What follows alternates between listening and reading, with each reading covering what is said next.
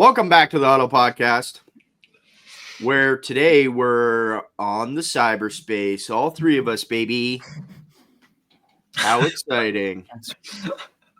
We got a lot on the docket today. No, we don't. It's been boring this week. But we have our first ever HUDDLE Podcast interview. We have a bunch of made up stuff in the NFL. We have a couple faces in new places. And I'll be introducing the boys to two new sports today. First, the sport of dwarf tossing. The second, the mullet championship. So stick around for that. Before we get into our interview, let's quickly talk about the elephant in the room. Let's quickly talk about the OV chase to beat Wayne Gretzky. They're playing currently right now. It's March 25th? Yeah. At 9:07 at night. OV is 6 away from the record with 11 games, not including tonight, left to get it. Does he get it, boys? Honest answer, probably not. You don't think so? I think a lot of those goals this year have been empty netters. The team's been obviously very good. But I don't know, 6 goals and you said 11 games, right? Yep. I mean, that's tough. That's tough for anyone. And I know he's the greatest scorer of all time. He's been on such a heater, though, man. He's been hotter than... Where are those teams? Where are the teams coming up? Make me pull up the Capitals schedule again. By the way, the Leafs are winning 6-2. John's on fire. Shout out to the Leafs, baby. They're doable. I know that. Let me pull up the Capitals schedule. I just think I think that's a lot of asking. If they have the Wild, the Sabres, those are two teams that are kind of out of it. I think the Wild are in it actually, but the Sabres are out of it. The Bruins, they're out of it. They're tanking. Hurricanes might be tough. Blackhawks, they're the first team to be eliminated from the playoff chase. Islanders, poop. Hurricanes in it. Blue Jackets in it. Islanders again, poop. And then he could get it on the last game of the season against the Penguins. You know what? Ooh. Looking at it and hearing it, I actually don't mind that schedule. It is doable. I wish I looked this up before, but I want to see the comparison of empty net goals between the two of them. So I know this stat actually. Okay. All time, right now, Ovechkin has 9 more empty net goals. So not many. Okay, a lot less than I thought. Maybe they just feel how do you leave OV open in the slot like that? I don't know. It's like single coverage on Justin Jefferson. You just don't do it. Yeah. I definitely think it's doable. I think he can get a couple empty netters in the games you just mentioned. He probably get 2 of them. At least against Buffalo and Chicago. Come on. Yeah. You pop one in. And then Pittsburgh's just a whole nother beast. They're also out of it, but that defense is in shambles. You score 1 every 2 games, you're there, that. Novi's always if there's an empty net, they're gonna be feeding him the puck. Yeah. Oh, 100%. And I feel like, I don't know. I feel like with most sports, when you have a record about to be broken like that, it depends on the person who's going to beat it or potentially beat it, their mentality. If that becomes the main focus, I feel like it's actually harder for them to get to that goal because it's all they're focusing on. Yeah, I think the thing with this is though, he's gonna get it. It's not like if he's 3 away next season, he's gonna be like, well, that was a career. Yeah, exactly. That and look at Mike Evans again. They did that when they were in the Mike Evans, for anyone who doesn't know, needed 6 more yards to get 1,000 receiving yards again for the 11th time in his career, something like that. Yeah, 11 straight seasons. Yeah, and they threw him the ball when they should have just kneeled out the clock. Like, Oh yeah, exactly. This team they're first in the NHL. Like they have a great team around them this year. So the only thing you have to risk is him getting injured. Yeah. But Ovi's been known to be the Russian tank, so I'm pretty sure if he does it this season, though, he will do it in less games than Wayne Gretzky. Yeah, I mean, I guess that's a cool stat. I didn't see. I don't know how. I couldn't find how old Gretzky was when he like set the record or he scored his last goal. But Ovechkin's 39 right now. Yeah. I mean, that's. I don't know. He had to retire around that, right? I think he was like 38, 39. I'll look that up right now. Thing is, in Gretzky's last year, I think he put in 12 goals, 9 or 12, something like that. And like he even said himself, he's like, it's time to hang him up. I was scoring 70 a season. He's like, 9. What are we doing? Like, it's time to hang him up. I mean, Ovi's on pace to score what, 40? Yeah. So Gretzky retired in 1999. He played 20 seasons in the NHL. Well, like, okay, this comes into what me and Carson were talking about before the show. Google is terrible now. The Gemini? It just lies. Brother, just tell me how old. Like, tell me how old he was. I was doing our Instagram. We're terrible at like stats here, and I'm sure we've said a lot of bullshit stuff on this show. But my goodness, do I need to be like? I need help. I don't need a nuisance coming at me. I was looking up the best active player for our Instagram. Like I have those posts going out. That's the best active players wearing certain numbers. And I looked up number 12 and it said Tom Brady and Patrick Mahomes. I'm like, Tom Brady's retired, not active. And Patrick Mahomes wears number 15, not number 12. Like, what are we doing? I looked up something similar for a different number and it was like Mark Messier. I was like, okay, Mark Messier. Wait a minute. He never wore that number. It was like number 22 or something. Yeah. He wore like number 64. Yeah. It wasn't even close. Anyways. Alrighty. Well, that's been our little chat about Mr. Ovechkin. Let's get into our interview. There we go. We're all set. Alrighty. Welcome back to the Huddle Podcast. Today we have on David Pindell. So I'm just gonna rip a question right off the bat to you. What was it like setting the rookie rushing record at UConn?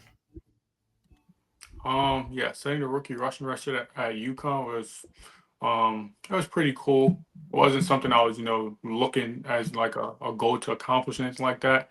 It's just, our offensive coordinator, credit to him and the offensive line. He did a great job, calling plays and trying to put us in the best situation to win, where, he gave me a lot of opportunities to, run the ball, and I just, try to make the most of it. So it was pretty cool at the end of the season when they, told me I did that. Yeah, you probably feel like the man on campus walking around. That's pretty sweet. At UConn, I don't know. We was a 1-9 team, so boy, breaking a record on a 1-9 team to me, hey, I guess so. So you didn't know that you broke the record when you did? You just found out at the end of the season? Yeah, because like when you losing, like we won our second game, which is the Rhode Island game, and everything else we lost. We went 1-9. When you losing, it's like you don't really look at like, oh, we're having a lot of like success as an offense or stuff we're doing because we're always losing. But then again, we did score a lot of points offensively, so it's like hey, we scored a lot of points, but I didn't know like I rushed for like 1,000+ yards, something like that. But, yeah. I wasn't really paying attention to like individual stats at that point. More of a team man. I respect that. All right. Well, I got a question for you. What was your favorite career moment then so far? My favorite career moment was probably my senior year when we played against Rhode Island. I scored like 6 touchdowns that game. So I ran 2 and I threw 4 touchdowns. So and we actually won that game. So that was a Oh, game there you go. I felt like, hey, I was the man because 6 touchdowns in one game, and it was our second game of the season. So we had lost to Central Florida the week before, which is a really good team, and beat Rhode Yeah. Island. So it's like, mentally our confidence was like, okay, we might be good this year. You do 6 touchdowns, and after that we get spanked by Boise State by like 50. So I was like, When you played Boise, was it in Boise or did you guys play at UConn? no, we went to the Blue Turf. We went all the way out to Boise, and it was that environment was just ridiculous. It was just it felt like we was in trouble when like so we got off the plane to like the game, how the environment was, and it just that whole night it was just a butt whooping for us that whole night. How was the blue turf? Like, did you notice a difference or? I didn't really notice difference. The one thing that was a little different was like the air, like the altitude and stuff. Mhm. Because I'm from Maryland and like we're in Connecticut on the East Coast, and Boise is like up in the mountains, like way up there. So it's like the air level was a little different. So we had to get out there like 3-4 days earlier just to get adjusted to the air and stuff, the breathing. That was a little different. How do you find do you find it easier to play in Japan or is it worse? Because I know you're in Kobe, correct? Yeah, right now I'm in Kobe. Playing in Japan, it's a professional football league. Like it's not competitive like the American Football League, NFL, CFL, or like playing D1, but it's competitive. So I'm not gonna say it's just easy because if it was easy, I've been out here 3 years already. I was won a championship. I still haven't won one. So it's competitive. Um, Guys try hard. There's talented guys out here. So that's how I'd say, in my opinion. Is there a lot of Americans out there with you? The rule is each team's allowed 4 Americans, so like 2 on offense, 2 on defense, and there's Okay. Wow. 13, They have a 14 teams. rule, eh? Yeah. Wow. I guess these Yeah. teams would go out and get a lot of Americans if there wasn't a rule in place. Yeah, Yeah, exactly. Yeah. that's fair. So I wanted to ask you too, like, what's the difference between like play calling there and play calling at like in the NCAA? Like, because I know that I would imagine it's probably Japanese there. Like, you have a at work. Yeah. So football is football. It's American football, 11-11. So you got regular, like offenses, plays, and all that stuff. The way they call it, from my experience playing on this team, is to try to keep it as basic and vanilla as possible because I'm an American quarterback. Everybody else on the team is Yeah. Japanese, and some of them guys can understand a little English. I can understand a little Japanese, so we gotta make it very basic enough for us to communicate on a good level. So like play calls will be very very simple, very like as basic as you can get, like high school basic, like doubles right, like 60, and it'd be like mesh, just super super basic, just so everything we're all on the same page the whole time. Okay. What's Yeah. the training routine like? You said the training, like the Yeah. training? So it's completely different from America. So here, um, the Japanese players, they work full time, Monday through Friday. So the Americans, we're considered professional athletes. So we don't do nothing Monday through Friday. All we're required to do is go to the gym, go work out, and then we practice only Saturday and Sunday. So it's like Monday through Friday, go to the gym, and after you go to the gym, then like, you do whatever you want. And then we practice Saturdays, Sundays, and then we play on Saturdays. Like every other Saturday, we play. Okay. So are you responsible for your own training, like in the gym? Yeah, exactly. Okay. Mhm. What was your favorite facility? Because I know you went to Minnesota, but you also like UConn's got to have a fairly nice facility. I don't know which one do you think is your favorite? Yeah, like I went to UConn, went to Tampa, went to Minnesota, and I went to Montreal. Minnesota by far had the best facility. That facility was ridiculous. The Yeah. Vikings, yeah, the Vikings facility was crazy. How was going to the CFL, because that's almost like a completely different game as well. Yeah, that's true. It was a little different. Um, because there's three downs. That's what, like 12 men on the field, motions, everything. So it's a little different. It was like playing. It just felt like playing a different game of football. And the experience was cool, but for me, I don't like learning new stuff. Like I like just playing regular 11-on-11 American football. So playing the Yeah. CFL, it's like you have that rule where like you can only have a certain amount of Americans on the field. There's three downs. The field is wide. There's 12 men on the field. And the play calling and stuff was just a little different, just because you got an extra man on the field too. So small little things like that. But the experience was cool. Like just watching, because I wasn't a starter or nothing. So like just watching how the starting quarterback, prepares for a game each week, and prepares with his teammates and his offense coordinator, just learning behind him. And it was just cool to watch. But I'm just like, yeah, no. After like they didn't re-sign me, I just like, yeah, I prefer to just play, regular American football 11-on-11. That's fair. It's more fun to watch, that's for sure. Mhm. Do you have any like pregame rituals or anything you do before the game? No, not that I ever noticed. I don't believe in all that stuff. It's just like you get up. One thing game day that's been consistent since I've been playing football, I just don't eat on game day because I don't know, my Really? body just don't allow me to eat. Yeah, I don't Okay. eat. But other than that, get up and it's like I'm just relaxing, waiting till the time come, and I just get ready for the game. I don't like do anything like consistent where it's like, oh, I have to do this before the game. So How's the crowds in Japan? believe it or not, they have a lot of support out here. So the games they pretty packed. So at our uh, at our little championship game in the playoffs last year, we played at what's called the Tokyo Dome. It's like a big event. It's like where they hold like their big baseball games and stuff like that.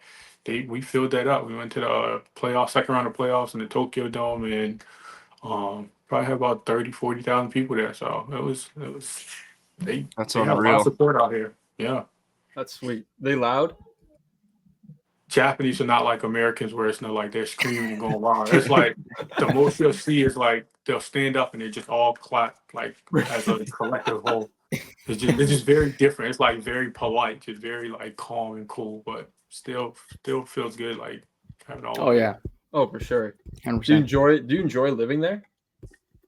I enjoy like how peaceful and safe it is because safety is the most important thing, but it's a little too boring for me as far as like the lifestyle and like how the Japanese people like their culture. It's just too like it's just like they're in a factory. It just reminds you of like being in a factory all day, just nonstop work, work, work. They don't take Yeah. breaks. They don't like they're very peaceful people. They mind their business, but it's just like, at what point do you have fun? Like if all you've been doing the whole life is just Yeah. work nonstop. Like you need to learn how to have a little fun. What's like your favorite and least favorite thing about like living in Japan? My favorite thing If you could is narrow it down. so my favorite thing is it's peaceful. It's safe. Yeah. So I can get up 12, 1 o'clock in the morning, go outside and just walk. Like put some earphones on very loud and just walk. So I do that a lot out here. That's the one thing I like the most out here. It's just very safe. It's very safe and peaceful. Um thing I least like is I don't like trying new food. So, coming out here and then, having to try to adapt to the food and stuff is just like I try to find the most basic and food that I'm used to out here. So like burgers, fries, spaghetti, steak and stuff like that. I try to find the like most basic stuff that's close to that out here, but like eating sushi, ramen, and like all that type stuff is just not my thing. Is that difficult to find American food out there? Uh, since I've been here 3 years, like, and I found like a little market. I've been able to go there and get consistently like the same food, but over time you get tired of eating the same food. You want something new that's like that you're comfortable with, and that part is hard because it's like it's just this one market, and they have like just enough stuff where it's like okay, I can eat this, but it's like oh okay, I actually want something a little more different. That I like. So yeah. I have a little switch up question for you. We've had this debate on the show for a little bit, and I don't know if you ever filled out one of the NFL report cards or not, but they have treatment of family on there on the report card, and some teams get an F-. I just wanted to know if you knew like what the standards were for, like, are they like kicking people out of games and stuff? Like I don't know. Treatment of family. I have no idea what that is. What does that even like? What's that? What does that mean? We've tried to crack this code. We cannot figure it out. Obviously, I'm a It's like on the Cincinnati fan. report cards. Mm-hmm. It's on the report cards that that teams do, like just talking about the facility and like different aspects of it, and they kind of give a grade on it. But I think last year there was like 1,000 something players who like gave grades. But yeah, I think he was just about to say Cincinnati got an F- on treatment of family. So Really? I did not know that. I don't know what we're doing, but I did not know that was a thing. See, I'm learning just about. I'm just learning about that like today.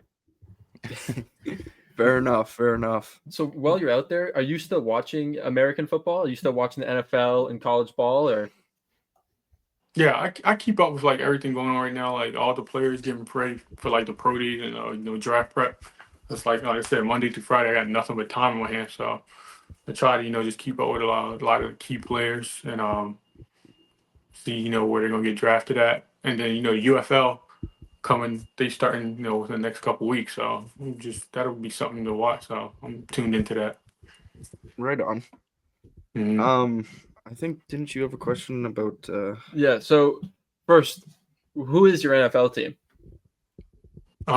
So when I was younger, like I actually started watching football. I was an Atlanta Falcons fan, Michael Vick, really? and Packers, Aaron Rodgers, and then after that, it's just like okay, I just follow the quarterback. So wherever Aaron Rodgers go, that's my team. Lamar Jackson and Russell Wilson. So those like my three quarterbacks right now. That's what I've been keeping up with since I've been keeping up with football. Just those three really. Okay, that's kind of perfect because this leads into my next question: who is your top 5 NFL quarterbacks right now? Right now. Okay, you want me to tell the truth or you want me to be biased? Because if I'm biased, I'm gonna have to throw Aaron Rodgers in there. I want your honest list, your list, your opinion. Okay, my opinion. And this is not just based off like stats and like in order. This is just top 5 in the league. Aaron Rodgers, Lamar Jackson, I like Joe Burrow, Matthew Stafford, Josh Allen. Yes. Okay. I was worried for a second you were going to say Josh. Yeah, those 5 are just my opinion. Everybody has their own opinion. Throw rookie of the year and all those guys in there, but those are just my 5. So do you just like their play style? Exactly. Yeah, that's what I go by. Now, you want to go by like statistically and all that stuff, then it's different. But by their play style, I compare quarterbacks that's like I can see myself. We have something in common, or like something I can learn from these guys, and that's those are the guys I watch the most. So yeah. So if you were to compare yourself to an NFL quarterback, what is your style? Because obviously you're a good rusher. Mm-hmm. He can yoss the ball too. And exactly, you have a really good arm, as we've seen from your Instagram videos, of course. Mm-hmm. Yeah, so for me, I would say, like most people, like first thing you think about when you watch films, like Lamar Jackson, just because the running aspect. But it's like you actually watch my film, like my practice film and like game film. It'd be a sprinkle of like you mix Aaron Rodgers, Lamar Jackson, and Russell Wilson together. It's like boom, you kind of got me because, even though I can run the ball really well and stuff like that, it's like if you watch my film, I can extend plays, I can make people miss, stand in pocket, and then just get the ball out quick. My decision making is pretty good. Like before the ball snaps, like I already know where I'm going with the ball, so it's like you gotta have that, be able to get the ball out quick, know where you're going with the ball from a mental aspect, and then you gotta be a playmaker. You gotta be able to create plays and outside the pocket, and that's where that Russell Wilson aspect come from. So yeah. I like that. I like that a lot. Alrighty, well, thank you for joining. It's obviously been a pleasure. Actually, Yeah, no I got problem. one more. I got one more. Go ahead. Your social media, how's that out there? Because obviously you're really big on Instagram. You have really cool videos, to be honest. Like it is fun watching you train. How has that like affected your life out there?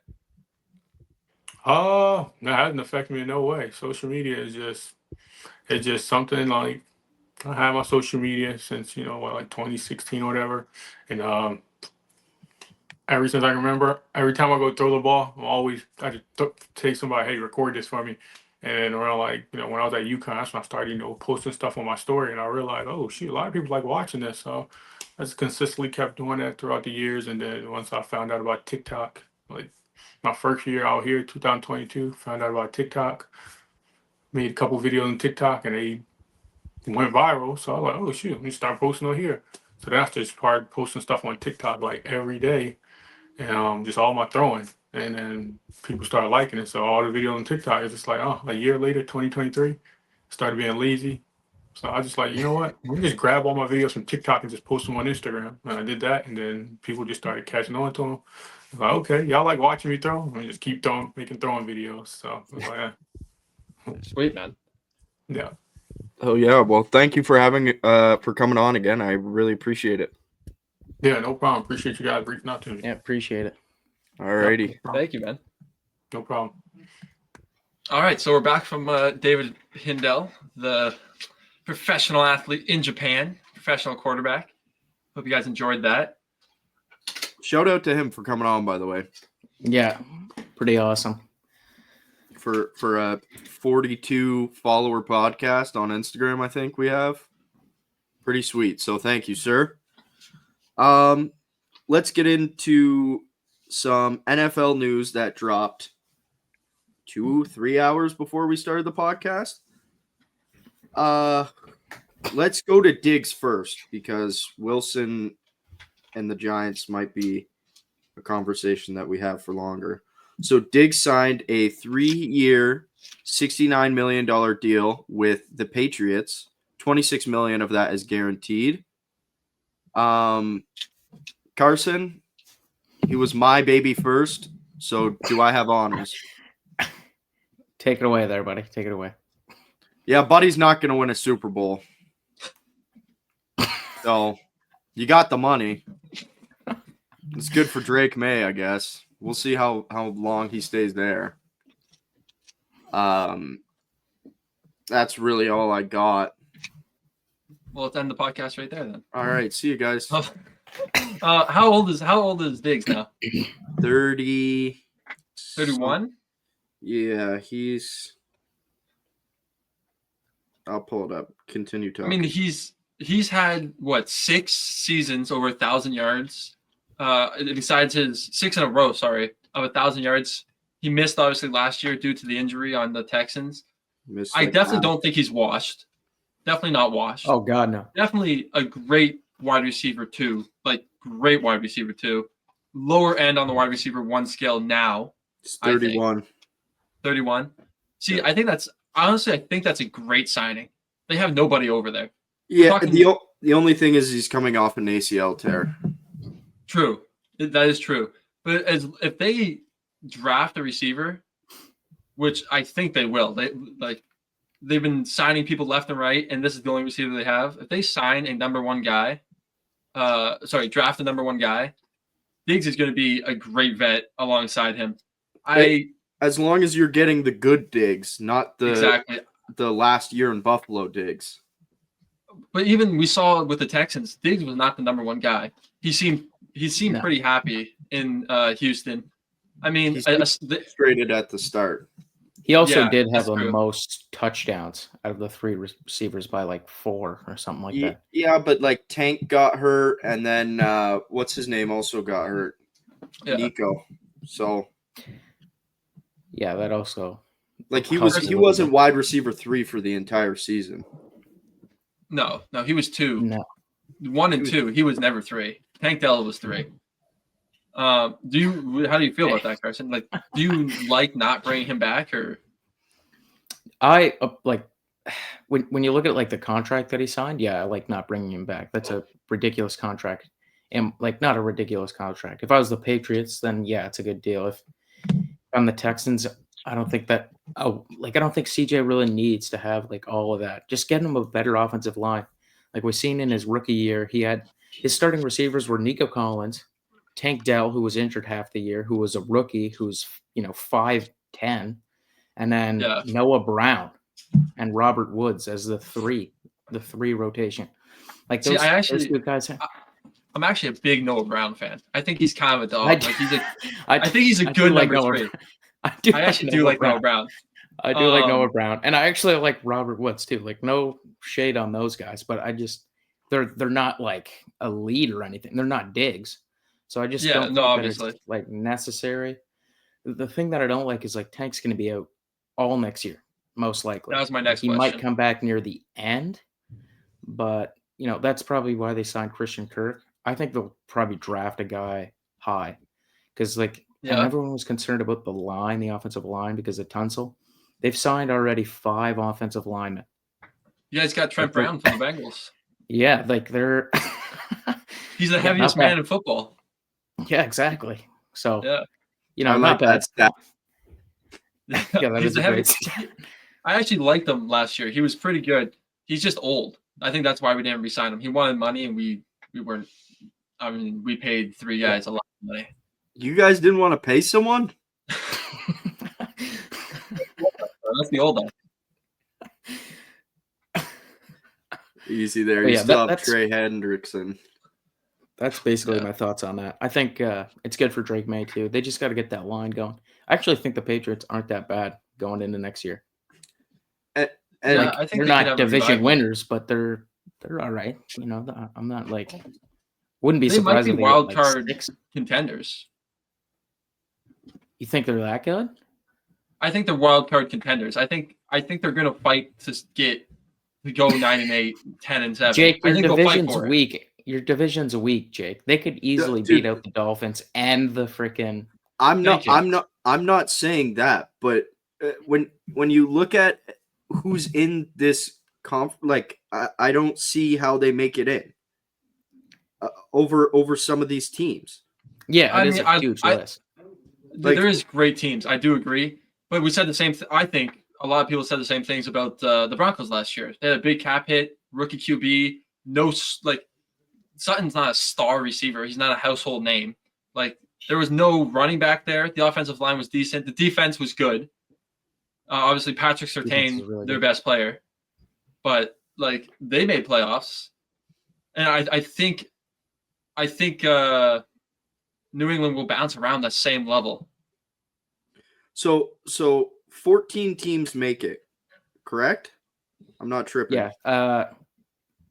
Yeah. So that's 7 per each. Now I'm just gonna rattle off some names here, and you tell me if they're in or out. Buffalo. In. Baltimore. In. Bengals. In. Houston.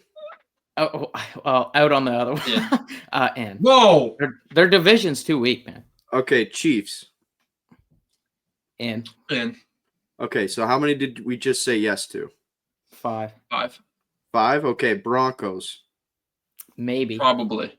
Okay, Chargers. Also Maybe. probably. Okay, Steelers, let's say they get Aaron Rodgers because they don't have a quarterback right now. I don't know. I'm definitely putting them below those last 2 teams, but yes, probably a possibility. You guys are all everyone's all out on the Dolphins. Yeah, I'm out on the Dolphins. I don't think they'll make it. Okay. And then you got the Patriots. Again, I think they're going to be a 9-8 team.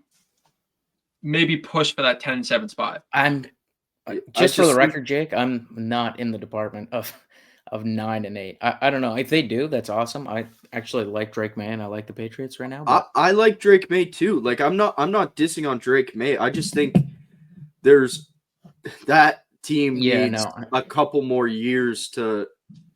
I think they got their guy. And Diggs will be great. He was great for Josh Allen. Hand in case, he was great for Josh Allen. He was a lot younger, and they're completely different quarterbacks. But I I don't think Stephon Diggs puts you over the hump in any way. I just think it's wow, Drake May must be really happy to have someone to throw to if Diggs is what he was last season in Houston.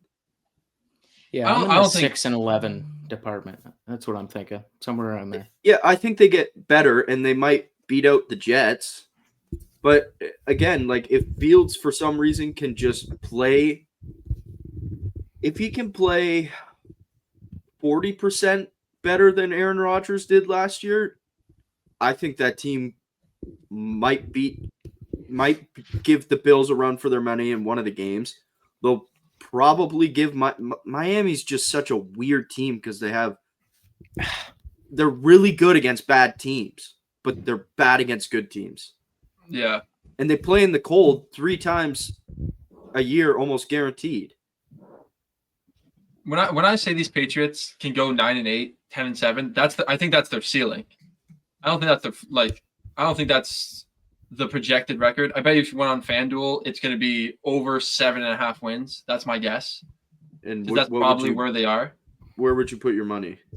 I mean, I have to look at the schedule, but like, I do think they could get a win against every team in your division. I think they could probably get 2 against the Jets. I think playing in the heat is hard for them in Miami. So I think that'd be a 1-1. Against you guys, I feel like they play you guys really well, even when they're a bad team. Yeah, they do. So I feel like that could be 1-1. I'd have to look at the rest of the schedule to see if because they're playing janky teams, right? They're going to be playing bad teams. They got last in the division. So yeah, I think it's a possibility. I mean, division games, it does not matter. Like whether or not the Browns are good or bad, they typically get one game against the Bengals. 100%. And it's the same. Like it's like the Lions doing what they did last year. That's why it was so crazy. Like winning every single game against a division, that never happens. No, because you see the teams twice a year, every year, right? So yeah. Sorry, finish what you were gonna say, and then I have something that's not on our docket that just reminded me. I was just gonna say, so like the Patriots are going to be playing these last place teams. They're going to play the Titans. They'll play the Titans. I think that's a win. They'll play the Raiders. I think that's a win. Like they're going to play these last place teams. I think they could squeak out 10 wins. It's a possibility. Will they? Probably not. I think 9-8 though is a pretty good spot for them. Someone's moving their mic around and it's sorry. Yeah, I think that's a pretty good spot for them. I think their over-under will be around 7.5 wins, is my guess. Okay. And it's not just Diggs. They added a lot of pieces, especially on the offensive line and defense. Like they added quite a few pieces. And their cap space is ridiculous. They could keep going if they wanted to. So let me read you who they have. At home, they have the Bills, Cleveland, Miami, Falcons, Giants, Jets, Panthers, Steelers, Raiders. Away, they have the Bengals, Bills, Bucks, Miami, Jets, Saints, Ravens, and Titans. See, I think they could squeeze out 8 wins there for sure. Panthers are going to be a better team next year, I think. Yeah. The Giants we'll get to in a minute. The Falcons, we'll see what Michael Penix is made of. The Raiders, we'll see what Geno Smith is like there. Like a lot of these teams are like, we'll see. You know what I mean? Like the Saints. Yeah. The Saints are going to be another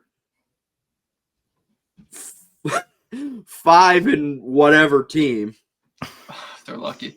Yeah. So we'll see. I wanted to bring something up that I saw. I didn't write it on the docket, but the Lions are proposing a rule change that seeding does not matter. Like the home games do not matter based on division. So like Minnesota would have gotten a home game last year, let's say. What do you guys think? In the playoffs, you mean? In the playoffs, yeah. So it's just ranked by wins. You scrap the division, it's ranked by wins. I believe so. Yes, that's the way I read it and understood it. Okay. So this rarely happens, but like if a whole division is just ass, the best team goes 9-8, and Like, there's other teams, all these other teams go 10-7 or better, that no one from that division would make it in. Well, it happened last year twice. The Rams and the Bucks both won their division with 9-8 records. Yeah.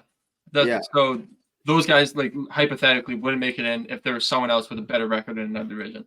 I believe so. That's how I interpreted it. Let's say that's what it is.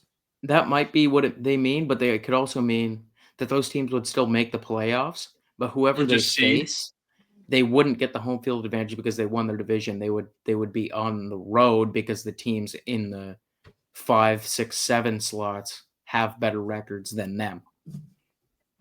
Okay. Here's what I don't like about this, and I'll have you boys chime in after. That takes away from division rivals. Like, 1000% agree. if division rivals do not matter anymore, it's less fun. I love when we beat the Dolphins twice a year. It's like Christmas twice a year. Walk into work, Tony's all sad. I get angry texts from Dolphins fans. Josh Allen's not as good. Boo-hoo, we beat you twice. You're out of the playoffs. See ya.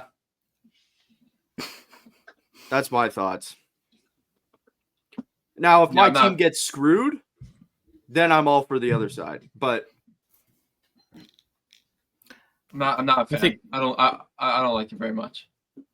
I think it depends on what like what me and Aiden's definitions of it were, or however you read it. Like, if it's the way that you interpreted it, and Aiden, you stated it, where like even if you win the division, it doesn't matter if your record's worse than the I don't like that either. But if it's just in terms of like home field advantage, like Vikings definitely should have got home field advantage against the Rams. I agree. Yeah. No reason a 9-8 team is hosting a 14-3 team because they lost the last game of the year. I don't know. And Dallas should have got it against the Bucks a couple years ago. Like, it happens every year with the same division. Let's be honest, the same division every year we see in this position where it's like, oh my God, we won one game. We're one game over 500. Home field advantage. Yeah, it is pretty much that division. The division's been like that for a while now. Yeah. Honestly, though, I like it the way it is. I don't think they should change it. I do think the Vikings should march into LA. And yes, it hurts as a Vikings fan being like, damn, we got screwed over. This team is a worse record than ours. But you had a chance to go get that home field advantage. You didn't get it. Yeah, I guess where it bothers me more and it becomes more blatant last year, though, is because if we were doing it off that, the Vikings would have been either the 2 or 3 seed. You know what I mean? Yeah. Where it's like all of a sudden now we're the 5 seed. How's that fair?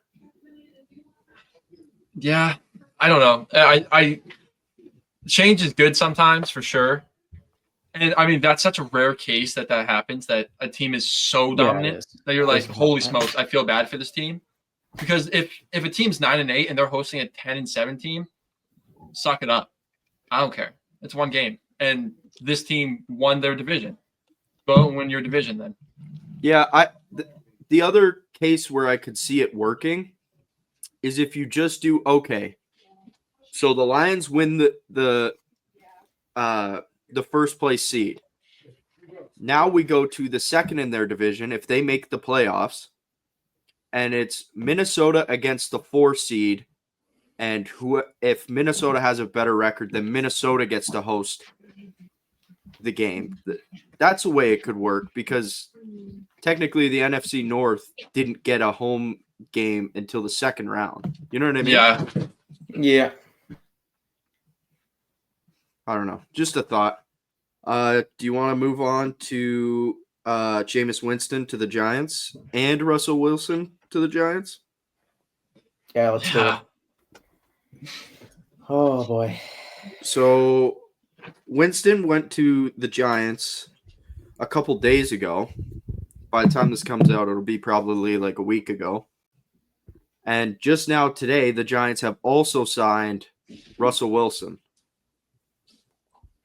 I want to watch Jameis play. Yes.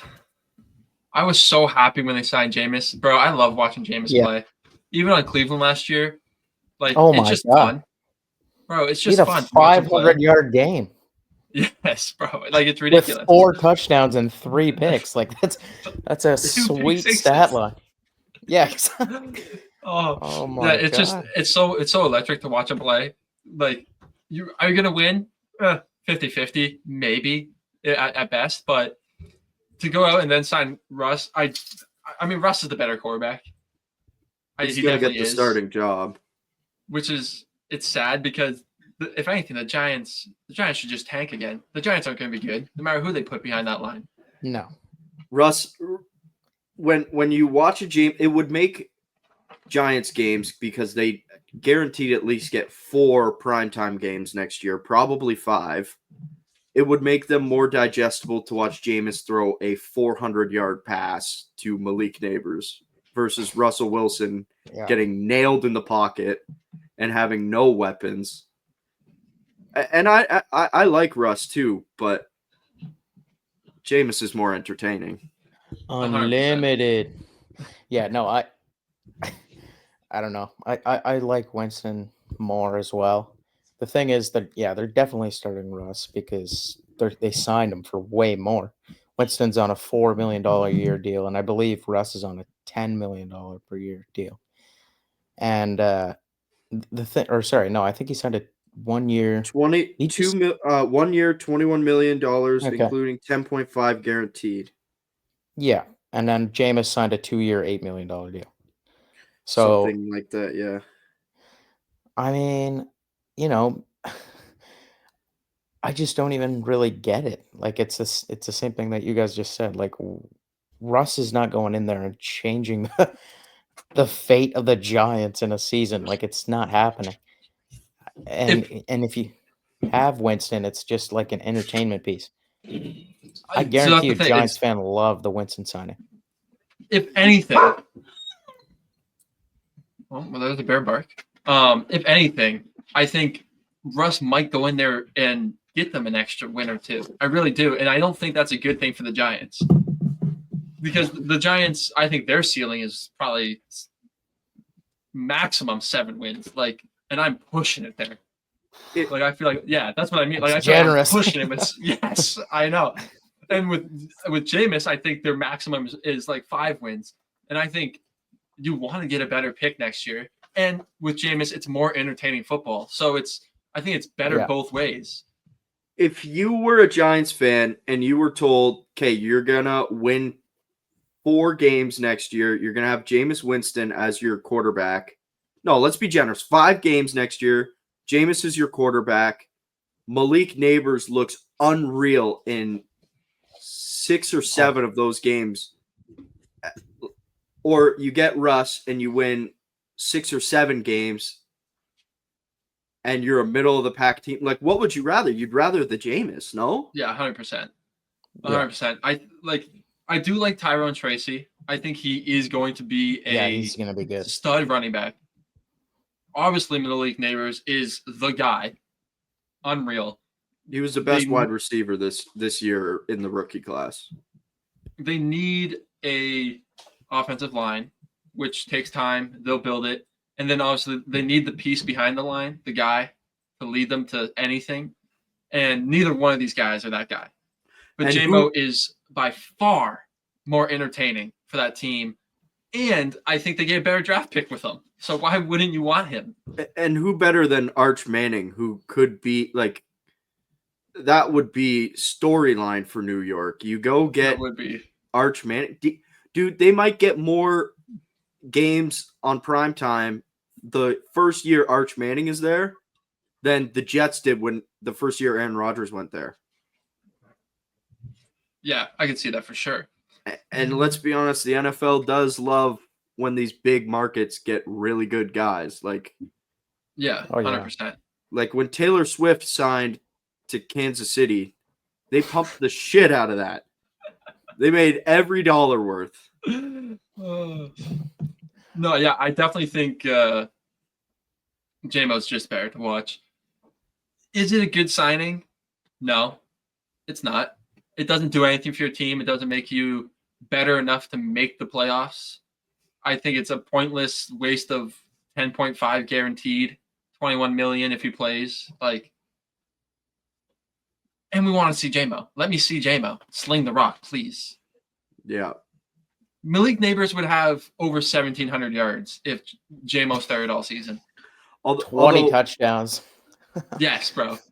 I think the Giants might be scarred from Hard Knocks after what happened last year, but watching J-Mo and Russ interact at Hard Knocks this year would be all time. The ego clash in that room. Like J-Mo's not even a big ego guy. I'm just talking. Oh, not at all. Everyone loves Jameson Williams or am I crazy? Jameis Winston. Winston. Yeah, sorry.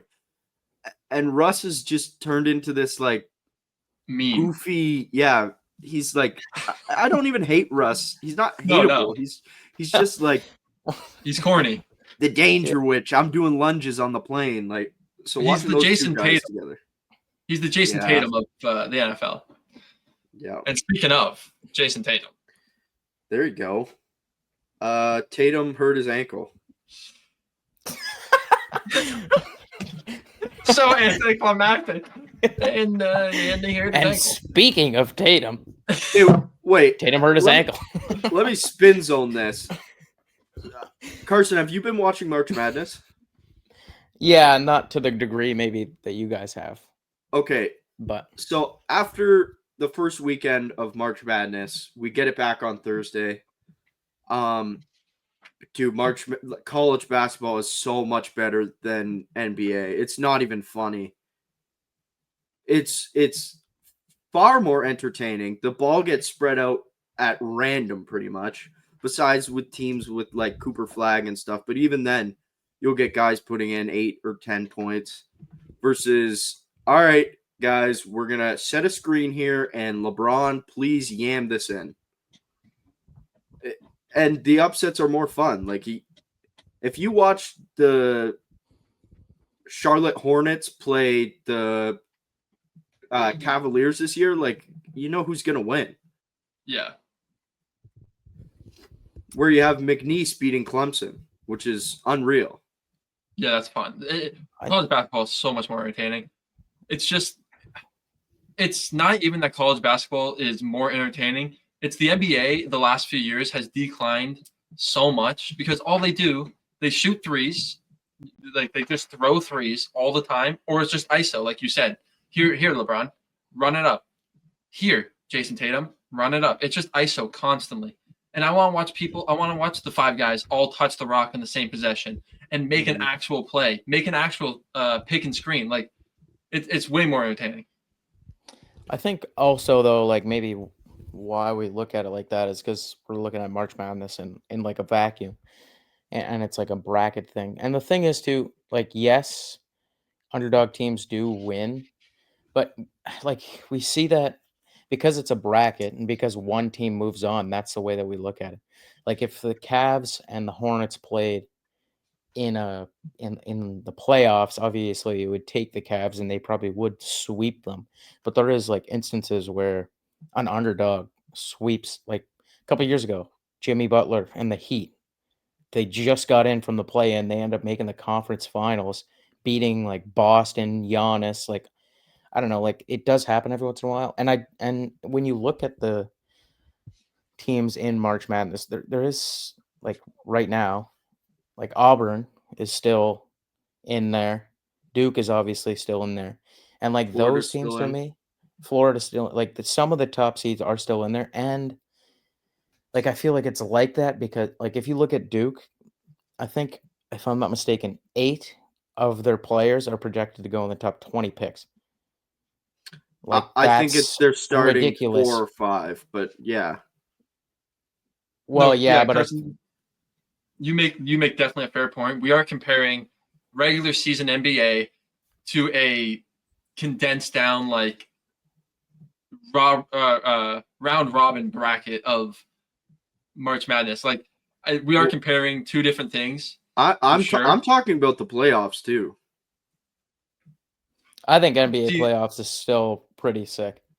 I Personally, definitely agree. I think it's more fun basketball, but like you still like the injuries that come from these guys, like they're babies now. What happened to when they played every game? They just had to put in a rule that says you can't win an award unless you play 65 games. Yeah, that's for sure. Like, but again, that's regular season. Like, I do think playoff basketball is exciting. We don't get these upsets very often, like the Heat over the Celtics, because they play 7 games. But it's the same way in hockey and baseball. Like when you play 7 games, the better team should win. 95% of the time, the better team will win because it's 7 games. You have to win 4 games. And in the March Madness, this year is the worst example because it's been a chalk year, but it's still been more entertaining. Yes. I think the way they play basketball is more entertaining, and that's because there's less minutes, more guys are on the court, more people touch the ball, and there's not all these superstars. Like, I think that's why it's more entertaining in the moment. But it is obviously the NBA. Watching Peyton Pritchard come off the bench and just drain a 3 from the logo, you're like, this guy's unreal. And this is the 6th man on the team. He's the 6th best player on that team. Like, that is still cool to watch. Yeah, like I'm not an NBA guy, so it's different for me, but I just find this to be far more consumable. I mean, the NBA is flat out to me boring most of the time. And maybe it's because I don't care enough, but like the superstar teams a couple years ago where it was like, let's get out of the top 15 players, a team has 4 out of the top 15 on the same team. It's like, that's boring to me. Nobody grows their own team. The only example of that this year is the Cavs and OKC. Yeah, those are, for sure. But those are 2 of the best teams in the league. I know, but and Boston is very homegrown too. They picked up Porzingis and they picked up Drew Holiday, but they drafted Jason Tatum and Jaylen Brown. I think we are veering away from the super teams because look at the Suns. The Suns had Beal, Booker, and KD. They're not even in play-ins. Like, it's a mess. So I think we're veering away from that. I think the problem is what we're going towards is constant 3-point shooting. Yes, the 3s are ruining the game. Everyone wants to shoot a 3 now. It's gotten too easy for them, and maybe that's the other thing where like buckets in college look harder to get. Yes. You know what though, too? Like, not to like make it like personal or anything. I don't know if you guys like play pickup or anything, but I'm not a ball. Ball is not. I don't like balls. Not life. Well, I play balls. I play with balls about twice a week. I play basketball like maybe 2 or 3 times a week, and like it's the same thing. Like it's like influence that. Honestly, I swear to God. Like it's nothing but 3s. The ball goes out to the 3-point line. No one's trying to drive. It's an immediate shot if they have even half a second to shoot. Like it's. What's the age range? Sorry. That I play with? Yeah, what's the age range like that you play with most of the time? Oh, like 19 to 22. Like it's like all within. Yeah. Look at these little kids though. Like pause. Look at the don't pause on that. look at like minor basketball. If you all the kids are Curry and like that's who they grew up on as their MJ and shit. So obviously they're hucking up 3s. Everyone wants to be Curry. No, for sure. That's what I was gonna say. When I was playing pickup basketball, a lot of the guys were like, I was one of the younger guys there at like 21. Most of the guys were 30s, some into their 50s. Like it was a big range, and that was a lot of like behind the back passes. Like it was a lot of pick and roll. It was a lot of mid-range shots. like people going up for layups and boards. Like it was fun basketball, and I think you guys are both right in saying these people growing up, including us, watching the NBA evolve into threes are worth more than two if you hit the three. I think like everyone now is on that ship, and I mean that's why the NBA is talking about moving the 3-point line. They might move it back, which I don't think will do too much because a lot of these guys They Hell, pull they up, Can shoot. already. they shoot from from a 2 foot behind the feet. 3-point line. Yeah. Yeah, I don't know what you can do. Maybe try it in the, I don't know. Try making dunks worth. I can't fix basketball, guys. Maybe make dunks worth more. I don't know. Dunks are more entertaining to me. It's Little the mid side- range. We need the mid range back. Is what we need. Like Kobe shot the mid range. DeMar shoots the mid range. Kawhi shoots the mid range. Like these guys, like that's Shaq what's in the entertaining. paint. LeBron too. Like KD used to be he was a sniper, and now, but even now he takes probably 5-6 threes a game. Yeah. So it's just moving to the 3-point line. But the most Little entertaining basketball players are the guys who drive the net, like Ja Morant, like Giannis. I mean, Anthony. yeah, like all these guys who are younger and entertaining all do the same thing, and they drive the net. I heard a cool thing or- too, a proposition. Imagine if you throw a lob from behind the 3-point line, it counts as a 3. That's what do you guys think of that? I think What do that's you mean? sick. Well, If if you you throw throw a a lob, if you throw an alley-oop, Oh, I see. Yeah, I like that. yeah, from behind the 3-point line, it counts as a 3 instead of a 2. Halliburton Because did that right the now it other still day, counts as a 2. Yeah, and he Yeah, had I a like that. 180 alley oop. Like that was nuts. yeah. Yeah, yeah. Or you go, threes don't count until the second half, baby. I don't know. That'd be crazy statistics. Be like, the Pacers shot 0 threes in the first half. Second half, they shot 52. I think besides OKC, because they're entertaining because they're so good defensively. Shea does drive to the basket a lot. He gets does, those fouls, since they have such a high scorer on their team, it kind of ruins what I'm about to say. But I think OKC, I think Charlotte's really good at this, and I think the Spurs are the best team at this. Is they play like they do in college. Like if you watch the Spurs play, so many people touch the ball before there's a shot made. And I think that's what college ball is. I think that's why it's entertaining. Yeah, even Boston's like that. Like Yeah, Boston's Denver's like that too. Like a lot of the teams at the top right now pass the ball a lot. Like and normally what you'll see too is like there's one guy who facilitates like the entire offense and then just kicks Yes. until someone's free because double teams have to chase. Yes. I think the Spurs are great at that because when you look at the Spurs, oh my God, I can't wait to see them next year. It's going to be awesome. Oh no my one's God. scoring, even with Wemby, no one's scoring these 30-point games consistently, which means someone's not taking a bunch of shots. Fox and Wemby, they're around 20 points. Castle's around 15 points. So these guys are all touching the ball, spreading out the court, and taking shots. Like that's what you want to watch. Do you think that has something to do with Chris Paul being the point guard and being younger or older? Sorry.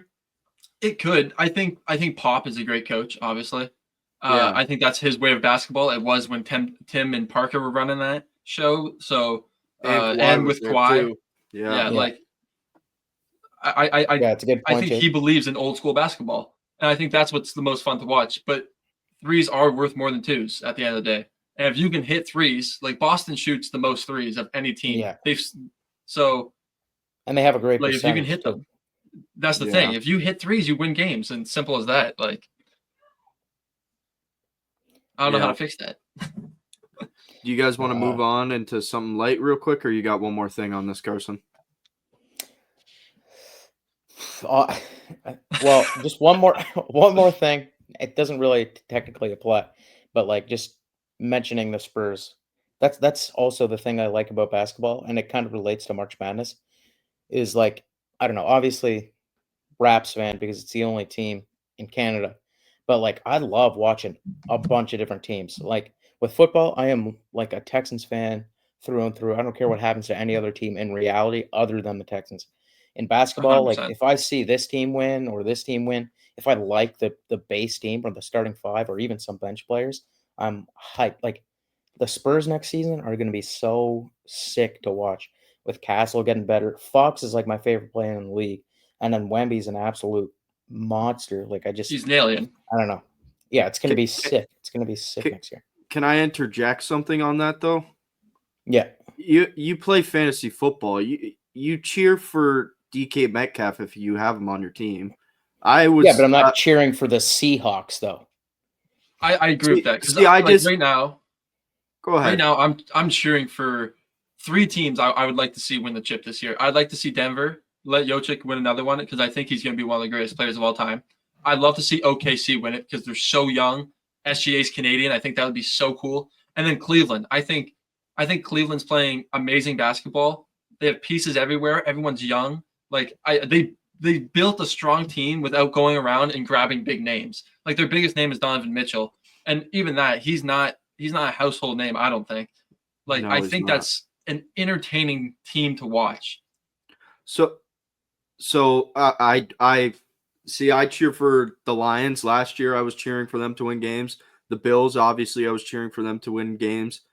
I think the Bucks were another team that I was cheering. Like I like Baker and I like the whole team. Like I like their running back. I like their 2 wide receivers. I was cheering for them to win games. I liked Bo Nix and the Broncos. I thought they were a fun team.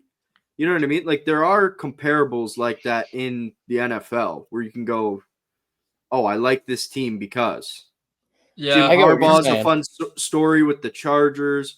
Pete Carroll's going to be interesting this year. Him and Geno reunited. Like you can find likable teams in the NFL. I think you guys are just so. I don't know. I consume every NFL game, so I can find a likable thing for. I could want the Giants to win because I hate the Cowboys. No, You know what I mean? I do have that. I do have that, and like I loved Denver last year too.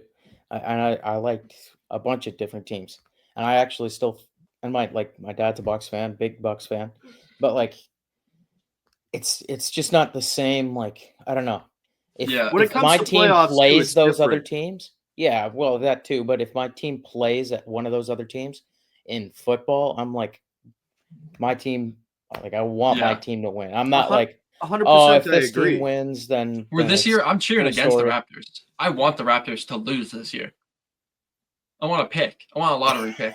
Yeah, Like, but when- if the Bengals didn't have Joe Burrow and you guys didn't have all these pieces and you guys suck monkey balls, you would still want to lose. No, that's not true. Like even the Dude, year we went 100%.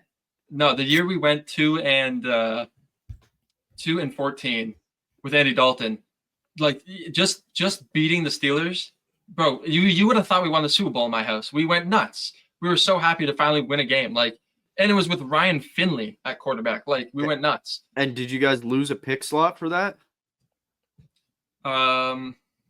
Yeah, we went to the from 4th to 5th, and got Jamar that year. Over Okay, well, Kyle I'll Pitts. give you I'll give you Over an Kyle example, Pitts? Jake.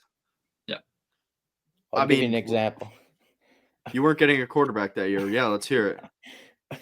The Texans, when the last year that Davis Mills was the starter, the last game of the year, he threw a Hail Mary on 4th and 20 that took the lead with like 10 seconds left, and they beat the Colts to go 3 and Yeah, and then 3 you and guys 14, got and then CJ. but they missed out on the number 1 overall pick. They had the first overall pick locked You were up. if they pumped lost up that about game. that? Yeah. I was hyped. It I was the see. first time. It was the ending of the season on a Hail Mary. Like There's it was only sick. for me. There's only 3 reasons to cheer for another team. 1, I bet on them. Obviously, cheering for them. Yeah. That's gone. Right. 2, it's playoff time. The Bengals aren't in it. Like, I will cheer for the Bills. For you, for my grandma, like for my uncle, I will cheer for the Bills. And then the third one, I don't think I had a third one, to be honest. I don't think I had a third one. Now you guys have not. No, I've been a Leafs fan for a long time, and when we were bad and Connor McDavid was on the board, you don't think I was cheering for them to lose to have the chance to get Connor McDavid? Now with the NFL, you get the one pick. It's different though because it's 52 roster teams versus a 5-man starting. Dude, does you know what not I mean? matter, man. It does not matter. It does a little bit.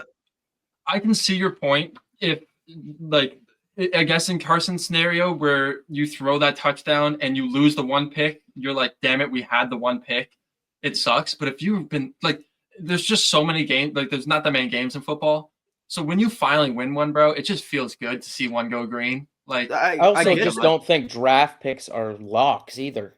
Like if Bryce Young going first overall and now he's a freaking piece of crap, I think he's going to be good. I actually like Bryce. Yeah, okay. I don't think he's a piece of crap either. But I'm just saying, like, CJ has obviously had a better start to his career than, and some of that is due to the situation. But I'm just saying, I don't think anybody's a lock in the draft ever. So I don't think so really either. Value But the draft at the same height as. I wanna bring it back to Carson's original point. Was I don't actually cheer for anyone else in the NFL. Like, I really don't. Like, the Bengals are the team. No. That's the only team I actually care about if they win. I'll help cheer for other teams here and there. And if you see Jameis win a game, you're like, oh, that's sick. But like, the only team I cheer for is the Bengals. Where like, even when the Raps weren't as bad as they are now, I was still like actually cheering for Denver. Like, I was like, go Denver, go Mavs. I like Luka. Like, actually go Mavs. Like, I have a Luka jersey. That's like, not your one team, though. What do you mean? The Raptors are not even your second favorite sports franchise. No, I agreed 100%. But like, so it's different. But in the context of the league. Yeah. Okay. If the Raptors never won a single other championship, my life would be the exact same. If the Leafs won a Stanley Cup, but I might die that's at the parade. That's the point, though. But that's exactly the point. Yeah, but I'm saying if the Bills never won a Super Bowl, I would be devastated. Yeah, I think that's what Carson was saying. I think Carson was saying that, point. like, okay. But if the Raptors don't win, I'm not devastated. He doesn't hold the Raptors in such a high regard that he can cheer for other teams, where he holds his NFL team in such a high regard that F every other team. I hold the Bills in that same standard, though. I'm just saying if the Bills get knocked out, I could see myself, and the Bengals are in, I would cheer for the Bengals for you. Oh yeah, 100%. Yeah, that's a scenario. If my team's knocked out, I will cheer for a team in the playoffs. If my team is not in it, that's what I'm saying. If I'm tanking for a draft pick, who cares? Those are my two. This conversation is just we're never gonna have a conclusion on this. I think that was good though. Yeah, little side run from nothing. Yeah. Let's okay. Let's go into, what do you guys want first? You want MLB comparisons to the NFL? Do you want that? Or do you want every NFL stadium ranked by average review rating? Or QBs with the most wins versus each NFL team? What do you want first? I'll save that one for last because I feel like that's going to be the most entertaining. Okay, so I'll go to MLB NFL comparisons. This is FanDuel. So I'll say the NFL team. Do you guys want to say the MLB team, or do you want the opposite? Carson, what do you think? MLB is up there. Like, I know about as much as MLB as I do about darts. I feel like I'd rather hear that. That's sad. I feel like I'd rather hear the MLB team first, and then I can guess the football team. All right, the Dodgers. That's the Chiefs, obviously. They clears. Yeah. Yankees. This one's a weird one. We're staying in New York. What? I was gonna say Baltimore or the Bills. Oh, it is the Bills. Yeah, it is the Bills because they can't get it done. Yeah. Sorry, that wasn't anything. No, I'm not at the Yankees. Don't worry, man. This one I don't even get. Chargers, Padres. I'm just gonna say it. San Diego, I guess. Yeah. Phillies, Ravens. Oh, I just said it. Whoops. Whoops, guys. White Sox. Oh, that has to be the Giants or Ding, ding, Yeah, the ding. You're on Giants. fire. Yeah. The The Orioles. that could be us. No, not Minnesota. Baltimore. Yeah. No, I'm saying that could be us. But they won. They won not that long ago. They just got good. Yeah. Did they not win one? No. Oh, I'm thinking the Houston Broncos. Astros, same colors. I think that could be us. I'll go us. I'm not gonna go us. I'll go someone else. An up and coming NFL team who did really good. Broncos. No, the Commanders. Okay. The Broncos are one of these next two. Guardians. This one I don't know. Guardians. I almost want to say like the no. I want to say like the Jags. The Rams. Okay. They're always in the playoff mix. And then the Brewers, obviously, I said the Broncos. So that was a little quick one. What do you guys think? We'll do the stadiums next. Every NFL stadium ranked by average review rating. Would you like to guess the top 5 and then guess the bottom 5? Yeah, let's do that. That sounds fun. And then I'll tell you where the other teams line up in here. So would you like the worst stadiums first or the best? Let's do the best first. I think those will be a little easier. Okay, so I think this is like atmosphere along with all of that sort of stuff. So it's not just the newest and best stadium. Okay. Yeah, one for one, Aiden.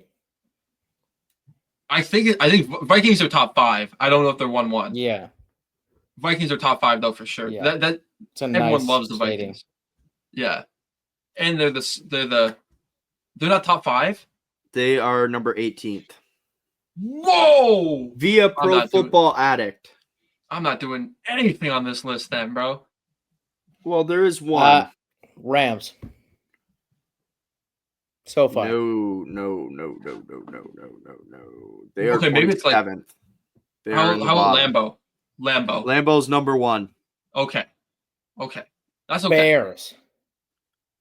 They're 22nd.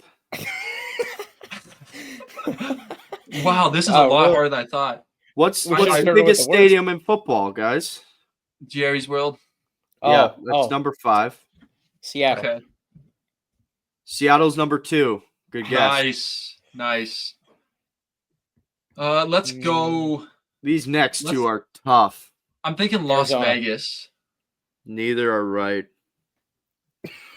Actually, let's do this. Arizona. One's in your division, Aiden, and one's in your division, Carson. Oh, okay. Oh. Damn, I will go the Steelers. Yeah, Okay. they're number 3. It's gotta be Give me the Texans. Nope. Jacksonville. Okay. They got pools. Nope. What? They got pools. You can watch a game in a pool.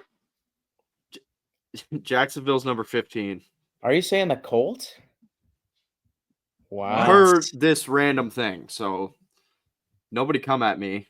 I feel like that drive would Lions are number 10. Bills are number 16. Ford Field's number 10. Yeah. That's You a guys list. are number 25. Aiden. Bengals are 25. Guess who's 26? Not that. That's wild. Bills. No, we're 16. Okay, that's fair. We have a shitty stadium. Yeah. Oh my goodness. Then SoFi. I'm assuming this has got to be like crowd atmosphere. I can see it being crowd atmosphere because no Ram fans go to Rams games. So the Raiders are 28th. The 49ers are 29th. And the Commanders, their field is absolutely terrible. They're the last place. Yeah, Commanders is The like, Niners wow. now. Yeah, Wow, this list surprised me. That's a twist upon twist. Yeah. The only one that doesn't surprise me is the Seattle one. Because Yeah, they Seattle have the Lambeau. loudest stadium. That stadium is sick looking too. It's just And Lambeau's obviously Seattle just and iconic. Lambeau, yeah. Yeah. So before we get into that last thing, we'll do ChatGPT predicts the next 75 Super Bowl champions. Real quick. Aiden, you guys win in 2027. We Okay. win in 2032. Let Okay. me look for what. Don't worry, Carson. You only have to wait until 2047 to win. Okay. Thank God. Okay, before the Dallas Cowboys win a Super Bowl, NFL adds London Monarchs and Toronto North Stars as expansion teams. NFL adds 2 or more expansion teams, Mexico City Serpents and Sydney Outlaws. Teams This is all before Cowboys win? Yes, teams begin implementing AI coaching assistants, leading to controversial rule changes. Oh, NFL begins hosting the Super Bowl at neutral sites around the globe, including Tokyo, Berlin, and Paris. The Cleveland Browns three-peat.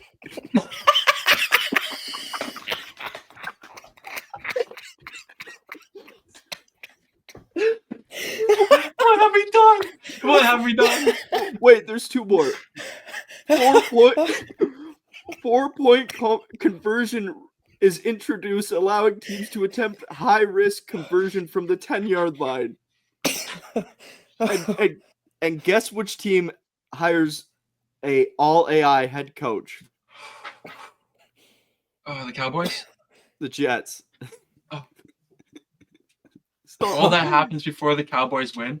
and the Cowboys, I don't even think they're on here. Yeah, it doesn't even say. So they went in 2001, Browns. I guess. 3-peat. That's so funny. So you're saying Jerry's not alive to see the Super Bowl, obviously. Yeah, so here they went in 2095.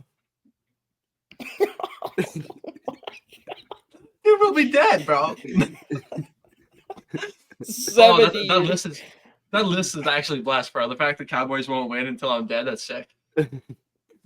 I saw that and I was like, at first it sounds like a really boring thing because who cares? And then AI predicting all that is madness. Oh, that's funny. Okay, so let's switch it up to QBs with the most wins for each NFL team. Let's just do like our teams. Okay. So who do you guys think owns the Bills? I mean, the GOAT. Yeah. What do you think his record is against us? Oh, how many seasons was that? 18? Yeah. So that's 36 games. Oh, brother went 29-7 against you guys. He went 33-3. Damn. And Aaron Rodgers owns the Bears? That's crazy.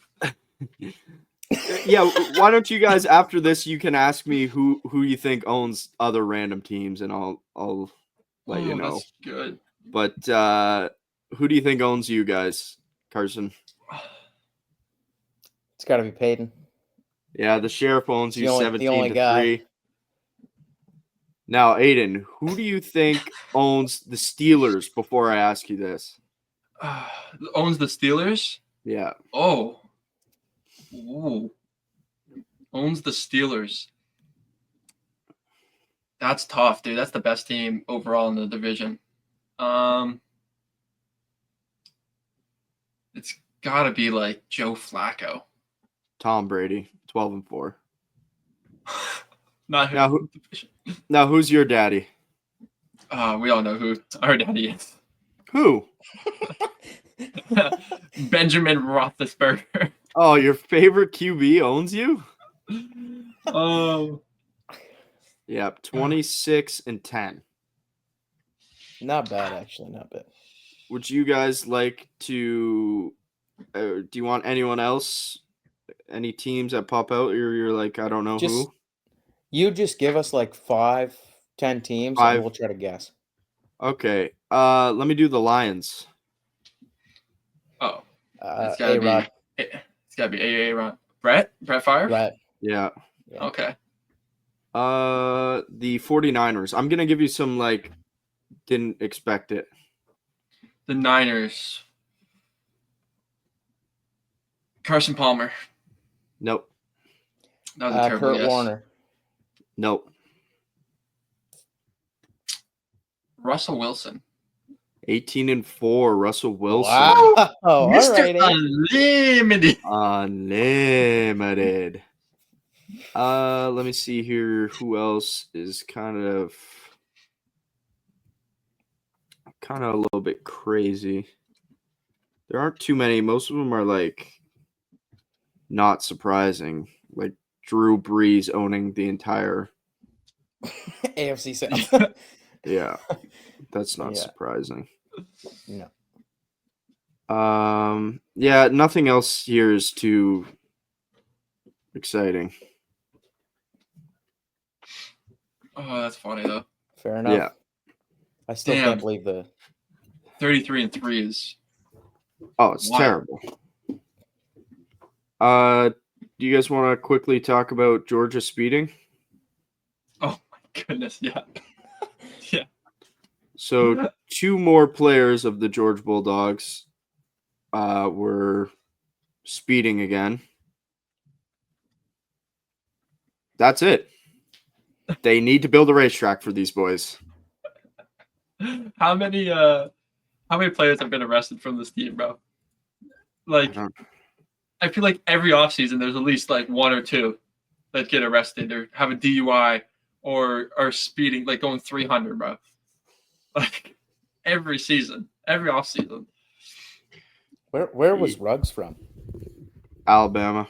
Alabama. Okay, Why you bring Ruggs up? that's right. Because he was going the speed limit, and I just wonder where Okay, these well- nice guys come from. When Hold on here. does Henry Ruggs get out of jail? Great podcasting we're doing here. Yo, just saying. My boy's up for parole. Not my boy. Let me take that back. He's not, Whoa. he's not my boy.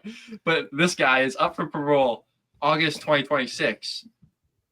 Could make a return in July of 2027 to the NFL. Know who would sign him? So The 22 The Raiders. 22 players since 2023 have been arrested for speed-related incidents in a vehicle from the Oh Georgia my- Bulldogs. Oh my lord! Dude, they gotta stop shipping those Hellcats down there. And some of them are like big boys, like offensive linemen and shit. Oh my god. Also, I believe the one guy, it was a wide receiver, was arrested for driving fast. His name is Nitro. Okay, well, You got to give that guy a pass. yeah. He needs his own lane, obviously. Dude, come on. Yeah. Yeah, my mom named me Nitro Speed. Sorry. Like, Anyways, I think that's all. It's just a funny little oopsie. They were driving too fast. Speeding is bad. bad. Okay, I got another quick one for you. I don't think we did this last week. So, what do you guys think is the top 5 most expensive offenses in 2025? This is 4 days ago, so not with some of these other signings, but I don't think they play much impact into them. Okay. In I'll take. order, You don't have to go in order. Just give me your top Okay. 5. Or I'll who do you take think is what top is. I'll take what lives in the jungle for 500. 5? That's number 3. The Bengals Ooh, are okay. number 3. the Dolphins. Dolphins for sure. Dolphins are 11th. Whoa. Yep. That's crazy. Aiden, whenever Jake gives us a list that we have to try to guess, we can't say things like for sure or definitely. Number 1 will surprise you. Let's see. Let's go through these teams real quick, bro. The Lions, maybe. I'm not saying them, but maybe, possibly. Carson, you like that? You like Okay, wait. Let me give you guys some like food for thought here. the Lions have rookies still on their team. I know they have a good Yeah. offense. It's not the best offense. It's Is it who's do the paying contracts count though? Is it just for like this next year, or do like Goff for contract hit? 2025. Okay, I'm about Okay, to 'cause cook. I'm about to cook. Okay. Give me the Rams. The Rams are number 4. Give me the Falcons. They are number 1. There you go, Carson. Hit him with it, Carson. Start okay, saying so we have- definitely. Okay, so we have Falcons. We've got Rams. We've got Bengals. Bengals. 1, 2, Yeah. 3, right? No, one- you're missing number 2 and number 5. Number 5 will surprise you. Could it be the Saints just because they're so cap dead? Both of these teams made the playoffs last year, and both of them wear the color red. Let me retract my statement. Oh, Oh, the KC, Chiefs. number Yeah, 2. they're number 2. That makes sense. Red play Bucks. Nope. Wow. Oh no. Phyllis dead silence with something. Red, eh? Yeah, nope, not the Niners. They didn't make playoffs. They sucked last year. Yeah. Oh, no, can't be Commanders. That's not really red anyway. The Oh, Commanders? The Commanders. Not really. how's that even possible? Yeah, who are they 150 paying? $153 million. Probably their offensive line. Is Trent there? Well, I mean, I think that might also guarantee Trent who Williams they got from you guys as well. Oh yeah, Laramie. Who do you think is the least expensive offense? The Steelers. Nope. They are number 2 least. They're 31st, sorry. Okay. Good guess though. Got to be Giants. Nope, they're 30. Wow. Okay, so we're close. Daniel Jones. Yeah. I was thinking, not Oakland, Las Vegas, but they just signed Gino. It is not the Raiders. They are number 28.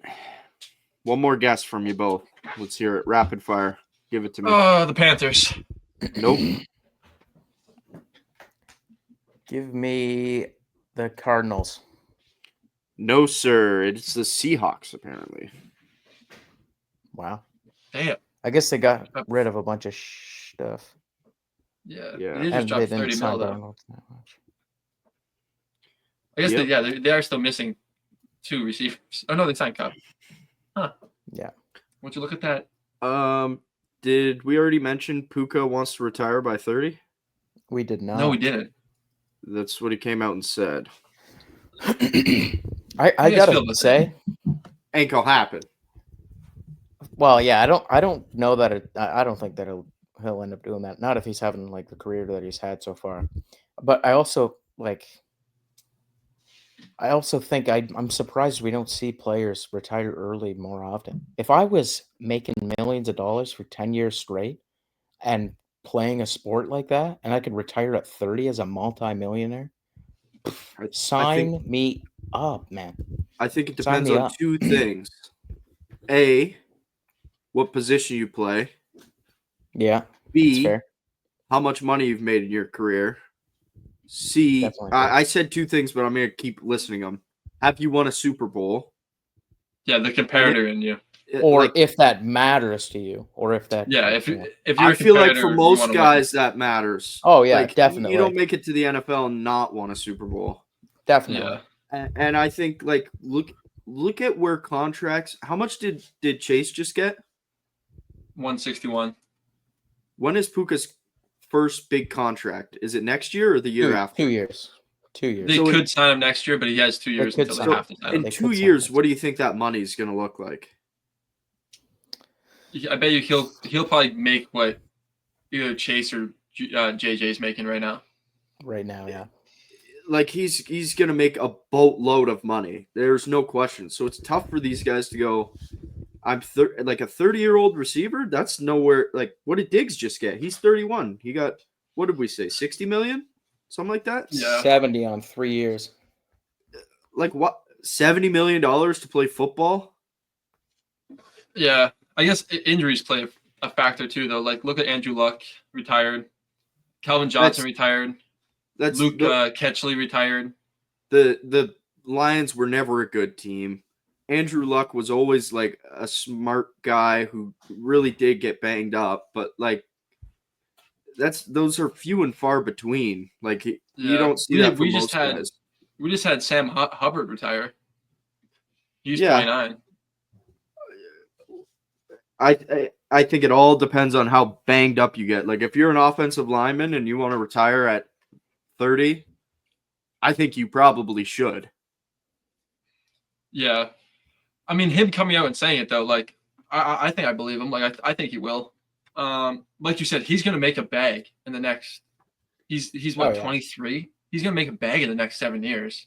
And he came out of nowhere. He was a round 6 draft pick who took Cooper Kupp's spot. Like, yeah, but I mean, if he doesn't care enough to, like you said, go out and win that Super Bowl, like. Yes, he wants to. He came out and said, like, I do want to win a Super Bowl, obviously. That is the goal. But health is also, like, if health is more important to him, don't end up like AB, you know? Yeah, but the NFL is getting better and better with some of this stuff. It looks like sometimes, like, I don't know. You don't see, it's weird because you don't see rugby guys end up like this. But it's because they don't wear any padding, so they hit less hard. Yeah. The more padding you add, the easier. Like, it's also the stop and go play of football. The fact that safety can come from 20 yards down the field, full tilt, and hit a running back, compared to rugby, where it's normally you're getting tackled from a guy that's 3 feet away from you all the time. Like that's when he turns and tries to tackle you. Mm-hmm. But they end up with broken noses and broken arms, and like they break a lot of stuff. They just don't have as much head trauma. Have you ever like flung your body in padding though? Like when I used to play hockey and I was wearing full gear, I would launch my body across the ice. Like you just feel like you're not going to get hurt. I don't know, bro. I've been hit, bro. I've been hit in when I played high school football, and that was before getting hit is different. I'm saying laying the hit. Yeah, when you lay the hit, it's not as bad. That's what I'm saying. Sure. Yeah. But like I've dummied guys open ice, and it's I don't know. It's two completely different sports. I never played football, so I don't really know. I'm just speaking from the sport I did play forever ago. Yeah, that hockey is pretty similar though, I would say. Like in terms of it's just less head to head. Yeah. like you said, those offensive line, every play is just bashing heads. Mm-hmm. But even look at boxing compared to MMA. Like we were talking about the other day. Aiden. Yeah. Boxing is just hits to the head. And you get knocked out, and then you get called back up if you're up in 9 seconds. Yeah. Whereas MMA, you get knocked out, it's done. It's done. Yeah, there is way more head trauma in boxing than any other sport. Even MMA. Yeah. MMA is probably safer, which is crazy to say. Yeah. That is crazy. Anyways, you guys let's take a quick 5-minute break here, and then we're gonna get into my little slideshow for you. Hell yeah! Oh, sweet. Ladies and gentlemen, welcome back to the Huddle Podcast. Today we're gonna take ourselves a little bit more seriously. In lieu of no football and no real, besides obviously March Madness, no real playoffs. It's been a light week, so I decided to treat the boys to some uncommon sports, 2 in particular. If you're an audio listener, by no means do you have to watch the YouTube to enjoy this. It'll just aid more with a couple of the pictures I have. So, without further ado, I will share my screen for the gentleman to see.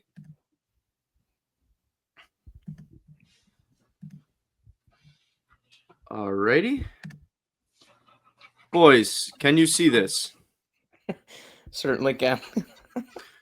I can't unsee it. Okay, so we are going to get into the sport of dwarf throwing. I would like both of your guesses as to what this sport entails. Carson? Well, based on the limited clues, I'm gonna say it revolves throwing a dwarf. You are correct. So what this sport has to offer, and this is maybe something we can get into. Well, maybe we can't, but it's just see how far you can throw the dwarf. Alrighty, origins of the sport. The origin of the sports is traced back to the 1980s as a bar attraction or activity kind of like pool is today. So if that's any comparison. Participants compete to see how far they can throw the dwarf. The person who throws them furthest wins. The sport has always had controversy, with many stating it's inhumane, although all dwarves are willing participants. Some may find this interesting. Windsor, Ontario actually proposed a bill in 2003 banning the sport in Ontario. If caught participating in the sport, it will lead to a $5,000 fine. In shocking news, in 1989, Florida actually banned the sport. So Florida beat Windsor, or more so Canada, pretty much, because Ontario was the first place in Canada to ban the sport. To banning the sport. How many times can I say ban? I believe there is also a prison sentence in Ontario if you are caught doing the sport. It was most famously brought up to the world in the movie. Can anyone guess it? Wolf of Wall Street.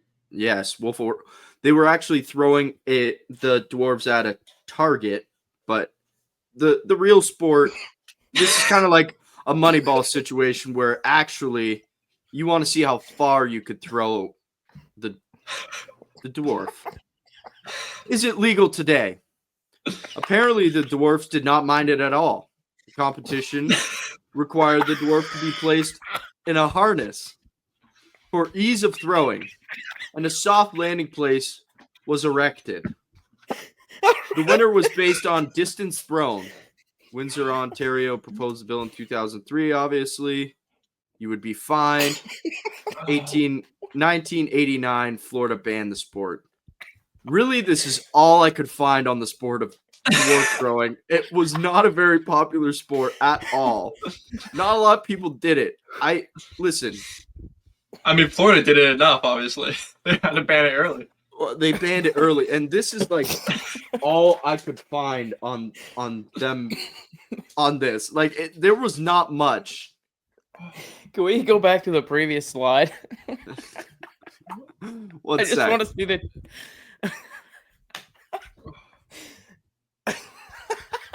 What? I just want to see that top line again. The origin of the sport. It's traced back to It's the 1980s The 1980s. as a bar attraction. Kind of like pool is today. Dude, comparing this to pool and darts is amazing. It's just what the boys did. We had a few beers. We did fucked a not few say dwarfs. darts. We said pool. Okay, my bad. Okay, continued. So, now we're going to get into the Mullet Championship. Another sport, if you're not interested in dwarf throwing because it's banned, I totally get it. This sport, on the other hand, is fully legal. All right, baby? The USA Mullet Championships is an annual event celebrating the iconic mullet hairstyle, characterized by its business in the front and party in the back look. The competition features various categories, including kids, teens, and the coveted main event for adults. Hey, boys, do you guys have any nicknames you think are popular in the sport? So essentially, like you grow your mullet however you'd like, and you come up with like a nickname for your mullet. Rat tail. No, There's gotta be waterfall. like my nickname would be Mullet Mafia because I'm a Bills fan as well. Okay, I'll get into it. Best nicknames from the event. These are just so we have the Tennessee Top Hat, the Freedom Flow, and the Camaro Crash Helmet. Real crash helmet's crazy. The end. Trust me, sources. Bravo. Okay. Now let me ask you boys this. In lieu of both of these awesome sporting events, which one would you participate in? Barring legal. I would say of the two, the mullet one takes too much time for me. I think growing out your hair that long, and because you can't just have a mullet, it has to be an impressive mullet to win. Yes. And that just takes that's just time. That's bare time to take. Of course. Dwarf throwing, on the other hand, I think if I got a good grip, I think I could yash a dwarf like a few feet. Carson? Yeah, I'd have to tend to agree. I have been told Aiden has tried a mullet before. Okay. I have not, but I've been told I'm the mullet type. Jake, you have also tried. Actually, yeah, to be fair, you were rocking the mullet, but that was at the coming peak. back. That was at the peak of the first. No, trend. I had a mullet before the peak. Then there you go. That's fine. So as long as it wasn't past the peak. Let I me think bring I tried it the mullet back. in the summer of 2021. No, 2020. Yeah. So let me bring it back to the dwarf tossing. I would like you guys, and this is just off the chromer for you, guys who you think could throw a dwarf the furthest. And it can be anyone who comes Aaron to mind. Donald. There you go. LeBron James. Dan Campbell, and I know I bring this guy up a lot, but I would love to see him huck one, man. We're just calling them ones now. No, huck him in, dwarf. Oh Now, let me ask you this: do you think that bringing that sport in, obviously all consenting, and they are paid very respectfully? I would do some degenerate stuff for money, but paid very respectfully, boys. Do you think this could be a sort of before the season spring training vibes get up for the gentlemen? Honestly, Football? the thing is, like Micah Parson throwing one would get the boys fired up. What? Yeah. A dwarf, yes.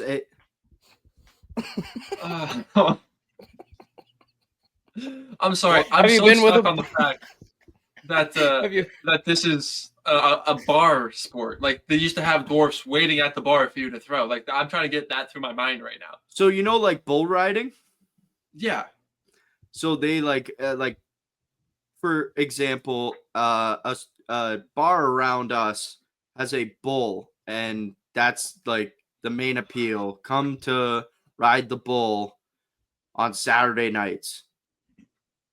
They would have it like come see who can throw the furthest dwarf.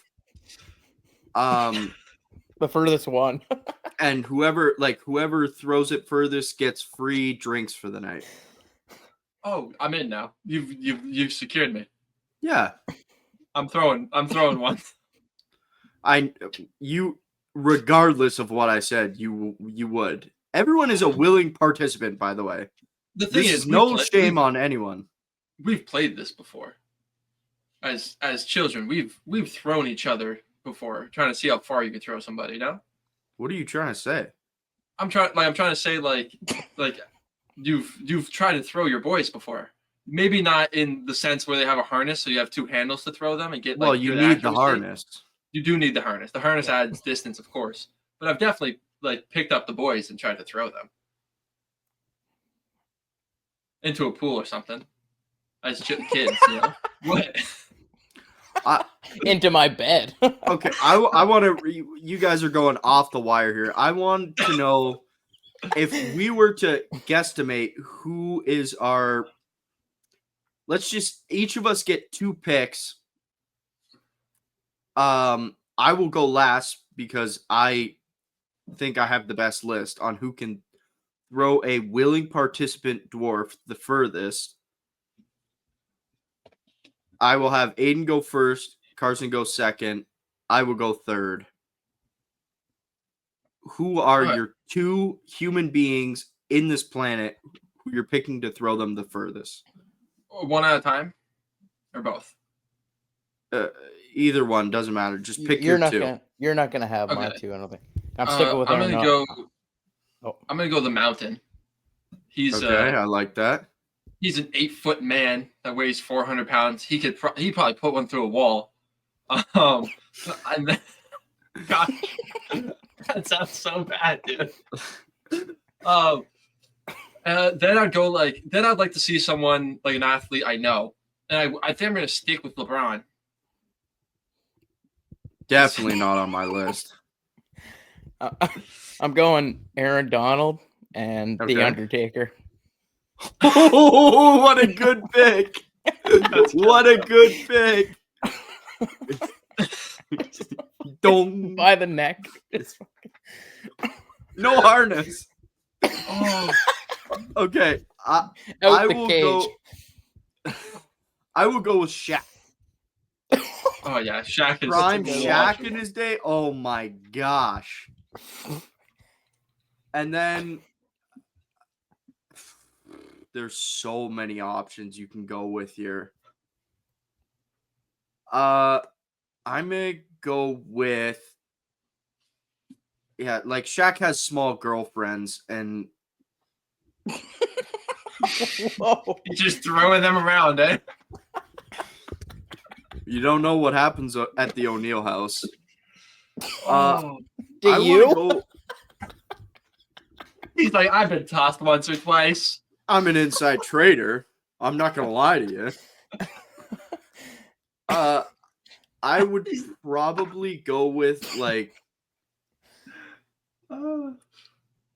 John Jones, the greatest UFC fighter ever. I think he could yuck a willing participant. That's a fair Anyways. couple. Okay, I got a question for you, Jake. Yeah. Do you think Shaq could dunk Yes. a dwarf Yes. like without hitting the rim? Do you think that? Well, okay, it depends on the size of said person. Now, if you're talking like the average, probably not. Because they're a little bit more smaller end denser. person. But if you've ever looked up like the smallest man on Earth, 100%. I think Brittany Griner could probably. In all fairness. On a lowered rim, but yeah. Oh, So these are just a couple sports that I wanted to introduce to you guys. Well, thank you, Jake. I have a couple more for you. And I Really? know Aiden has one loaded up for next week. So next week, Aiden, do you want to give us a little preview? And then I'll say what I'm going to say. okay. I will just say it is an MMA sport, full contact. I got 2 of them lined up. 2 of them Perfect. lined up next week. both full contact MMA. It's fun. It's fun. Okay, I have one that is a wrestling event that I think you guys will really enjoy. Depending on the news cycle, maybe we incorporate both. Okay. So we'll see on the news cycle. Aiden, we don't. We definitely do not have the same thing. But the one that I can do will be definitely more in depth. There's not a lot of research done. That can be done, obviously, on my main topic. That's why I threw in the Mullet Championship. Would you guys like to get into Dude's Draft of the Week? Let's run it. Let's do Okay. I think this other one might be more entertaining, so we're gonna start off with. Here, I'll say it in a minute. Welcome back to Dude's Draft of the Week. This week we are doing the Dude's Draft Best Places to Get Hammered. I believe we have done this one before, but we did not have Carson on the show. Yeah, we did. We did best place to have a beer. Okay. So best places to get hammered. Similar. As always, I don't remember the order last time. Does anyone? Let's just go in screen Special order for feature. the first round. Here we go. Sounds good. Alrighty, for the first pick on best places to get hammered, I will take a football game. Good. That's good. Pick. That is good. I'm not. It was not on my list, surprisingly. All right, I will go a golf round. All right. That was on the list. I'm gonna go campfire. Sitting around a Like that. campfire. And then on the way back, I will take the airport. Hammered. Yes, sir. Hammered. We do it different, bro. Okay. Yes, sir. Missed the flight.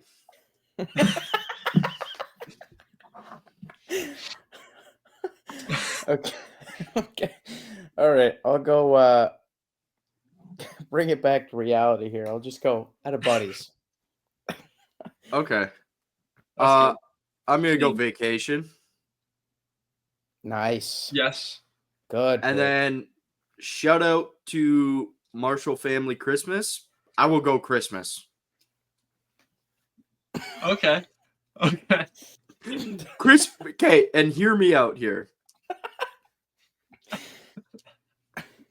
Christmas time is the best time because your mom cannot get fucking angry at you for being hammered past 10 o'clock at Christmas. And our Christmases go till like 4 a.m.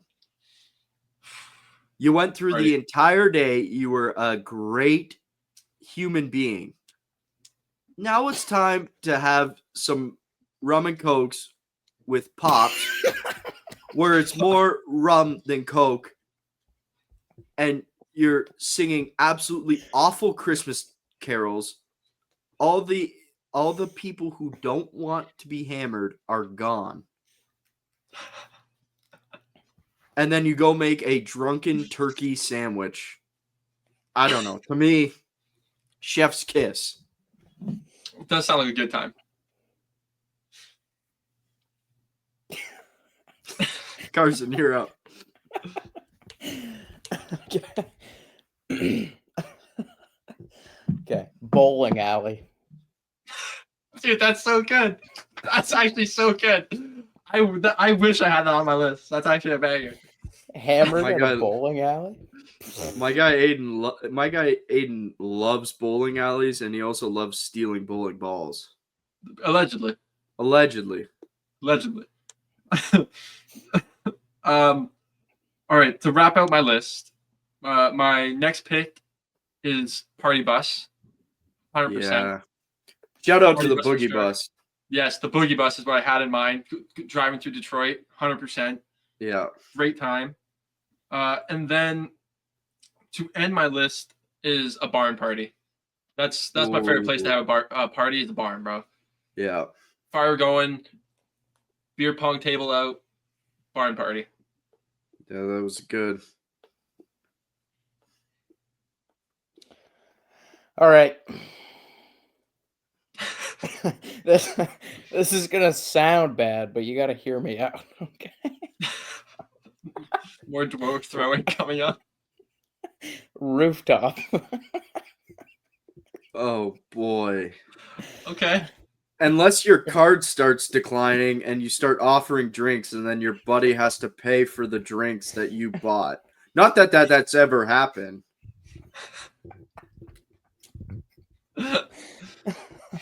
Oh.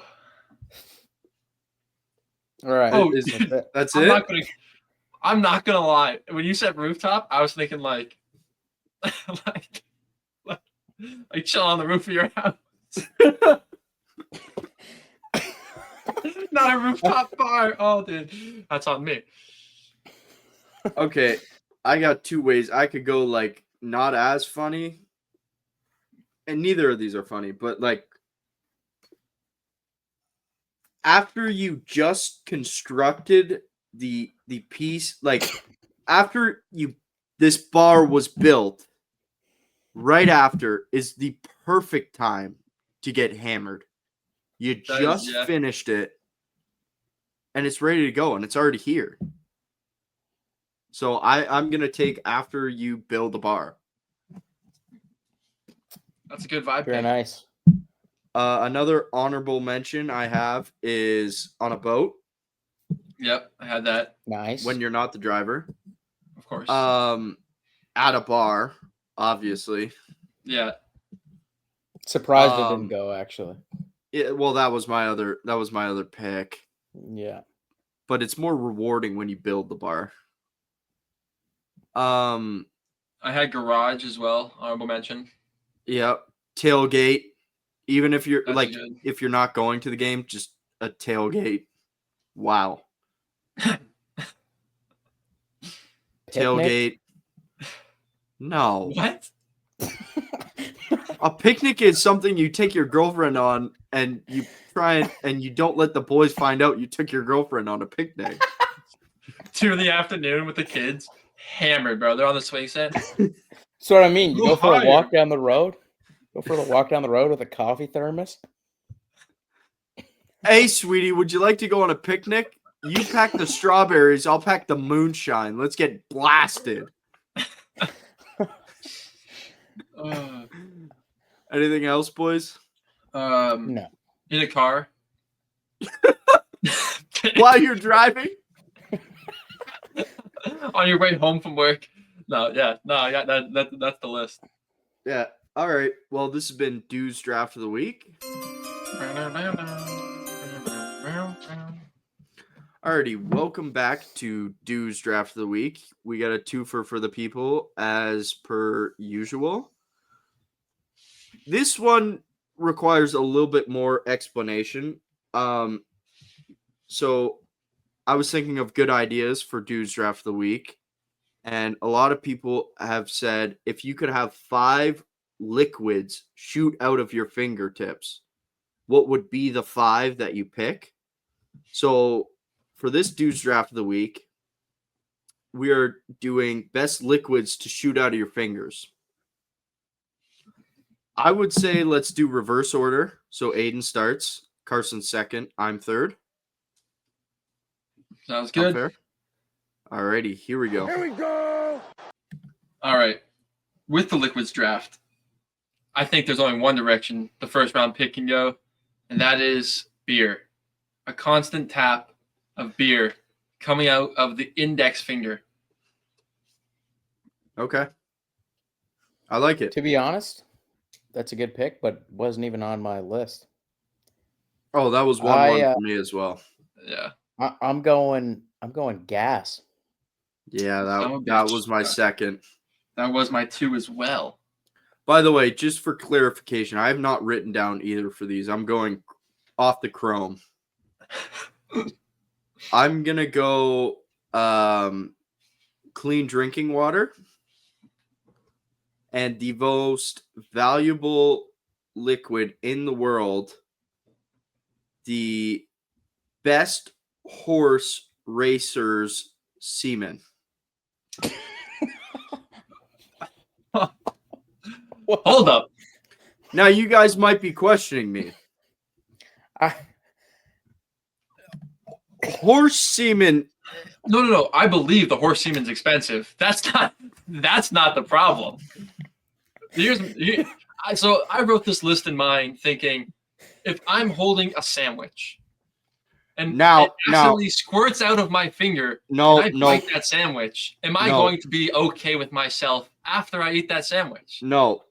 That's not how this works.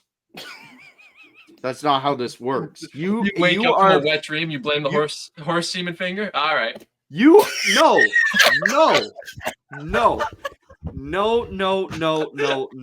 You are Peter Parker. Honey, it wasn't me. It was... You control this.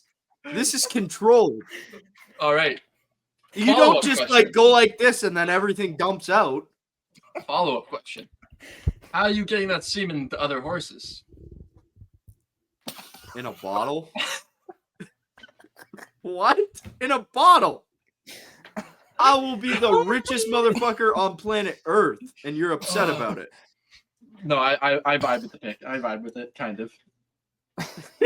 I understand the Yeah, yes. Good pick. It's a good pick. I wouldn't have had it at my two. It had to be in here for content wise. It had to be at number 2. Just Oh. going to get a fresh drink of water, like, oh, wrong thing. Yeah, what? Hey, let me ask you boys this. What finger would you put that at? That has to be the pinky, right? It's the furthest one Thumb. away. Hey guys! Thumbs up!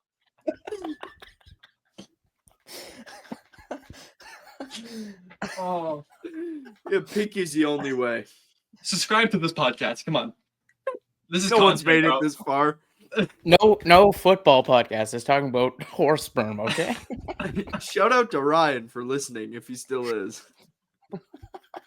You guys just keep getting gayer and gayer. Alrighty, Carson, you're back Okay. up. Let's move. Okay. Mouthwash. A Ooh. terrible pick. Really? I kind of vibe. I didn't have it on my list, but like, not terrible. You eat like something bad, tastes like shit. You don't have a toothbrush with you. You don't have gum. You don't have gum or something? I don't like it. How are you making money off mouthwash? Oh, probably shouldn't do that. That might be worse than hash browns, I'm not gonna lie.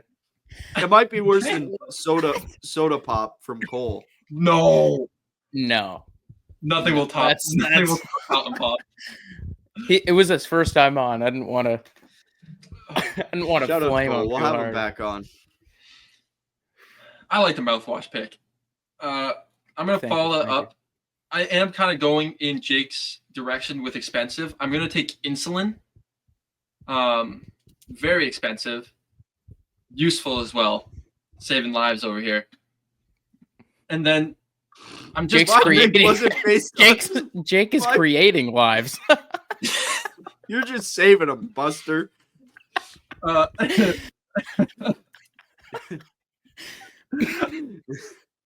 Oh my goodness. And then I'm gonna go. Then I'm gonna go morphine for my next pick. Same thing, saving lives over here as well. What do you Also do? very expensive. You went the stupid way about this. Well, I'm the making smart. money, I'm saving no. lives. Yeah, you went the smart way about this. Yeah, thank But you. I find it stupid that you did that. Okay, I'm going. Wait, can I interject? Can we get 5 picks for this one, considering there are 5 fingers on your hand? Sure. Sure, Okay. let's do it. Yeah, I don't know if we'll have enough, but we'll maybe. Okay. I'll go for my 3. I'll go cologne. Good. I hate your list, Carson. I'm sorry. I don't know why. They're practical, man. That Yeah, is that's like, why I I just never like have it. to refill my car. I never have to pay for gas. I my voice always have a smells good fresh all the mouth, time. and I always have a nice smell on my shirt. Okay, I'm gonna go with rum and coke next. Whoa, 2 that has to be liquids. both liquids though. What do you mean? It's combined. It has to be rum and a Coke. Okay, Can I get breakfast wrap? it's not a liquid. You take a breakfast I smoothie. know. I'm okay. So referencing- does the Anyway. council deny this? It has to be 2 pins. Yeah. All I right, do not. I will take a margarita. Can I have that? Okay. Yeah, we'll allow this. We'll allow Okay. this. I will take a margarita.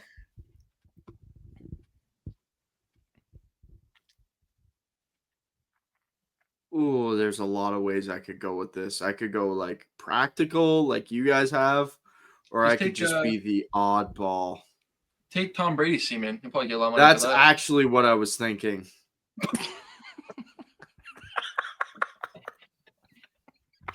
No lie, that's what I was thinking back to Ted too. Oh my And- god. There's never been a sentence situation in history of humankind where someone has said, "Take Tom Brady's semen." Yeah, I was thinking that. Let me take fountain pop drip. Oh.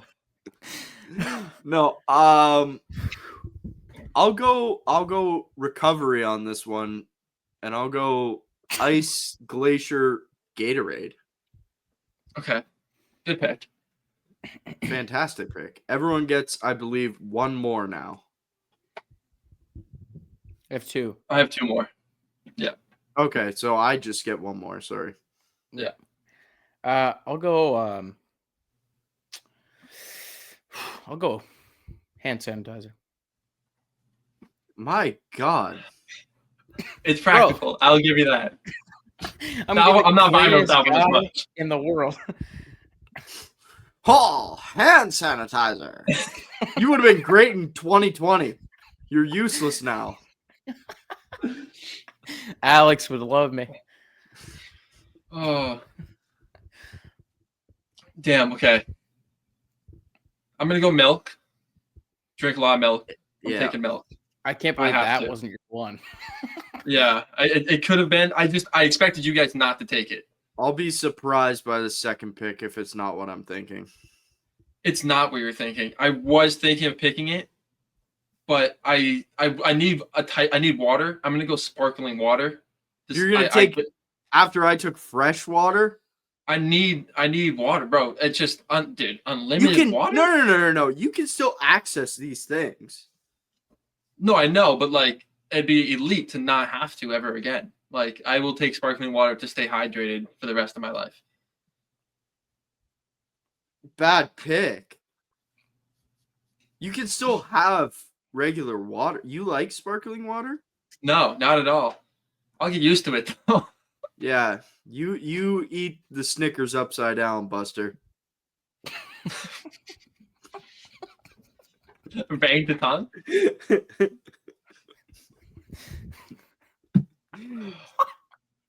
Okay. I'm just gonna keep it simple. This is probably not gonna be your favorite either, Jake. I'm just gonna go root beer. Bad pick, boys. What are we doing? Sorry, You not have everyone can have horse horse semen, semen. okay? Horse semen was a great pick, and all you guys are mad you didn't pick it. Admit it.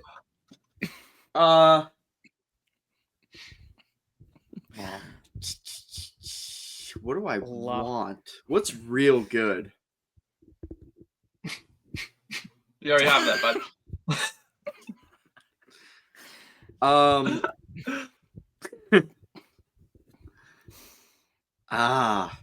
I'm going off Cromer again, so I need to really focus in and think of what's a valuable Taco liquid. juice.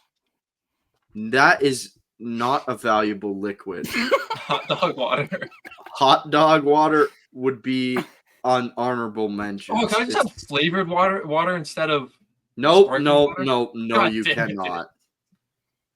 I don't think I would have allowed it even if you didn't say it. Oh, that's fair. Give me, for my last pick, LeBron Sweat.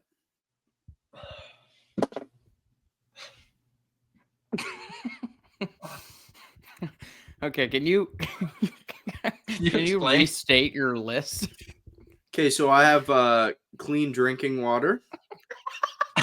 Such a downhill after water. It I have- starts at water and then just I have margarita. Noble. I have Okay, have very good. Glacier Freeze Gatorade. Delicious. Solid. LeBron Sweat and horse semen. What do you guys have? What are you doing with LeBron Sweat, bro? He's fusing it with the horse semen. We do a bit of trolling. We like a little bit of trolling. It's straight from Japan. China. Giant. Anyway, Oh. Do you want to know what though? And in all reality, that was a joke pick, obviously. But in all reality, I could probably make a little bit of money off that. The horse, yeah, for sure. LeBron No. Sweat, you mean? LeBron Sweat.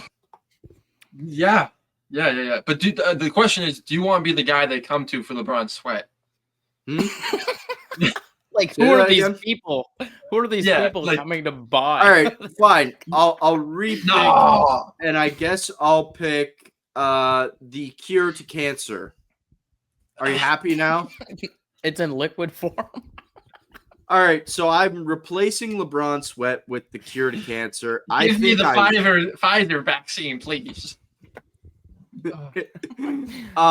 Any honorable mentions? Obviously, chocolate milk beats out normal milk.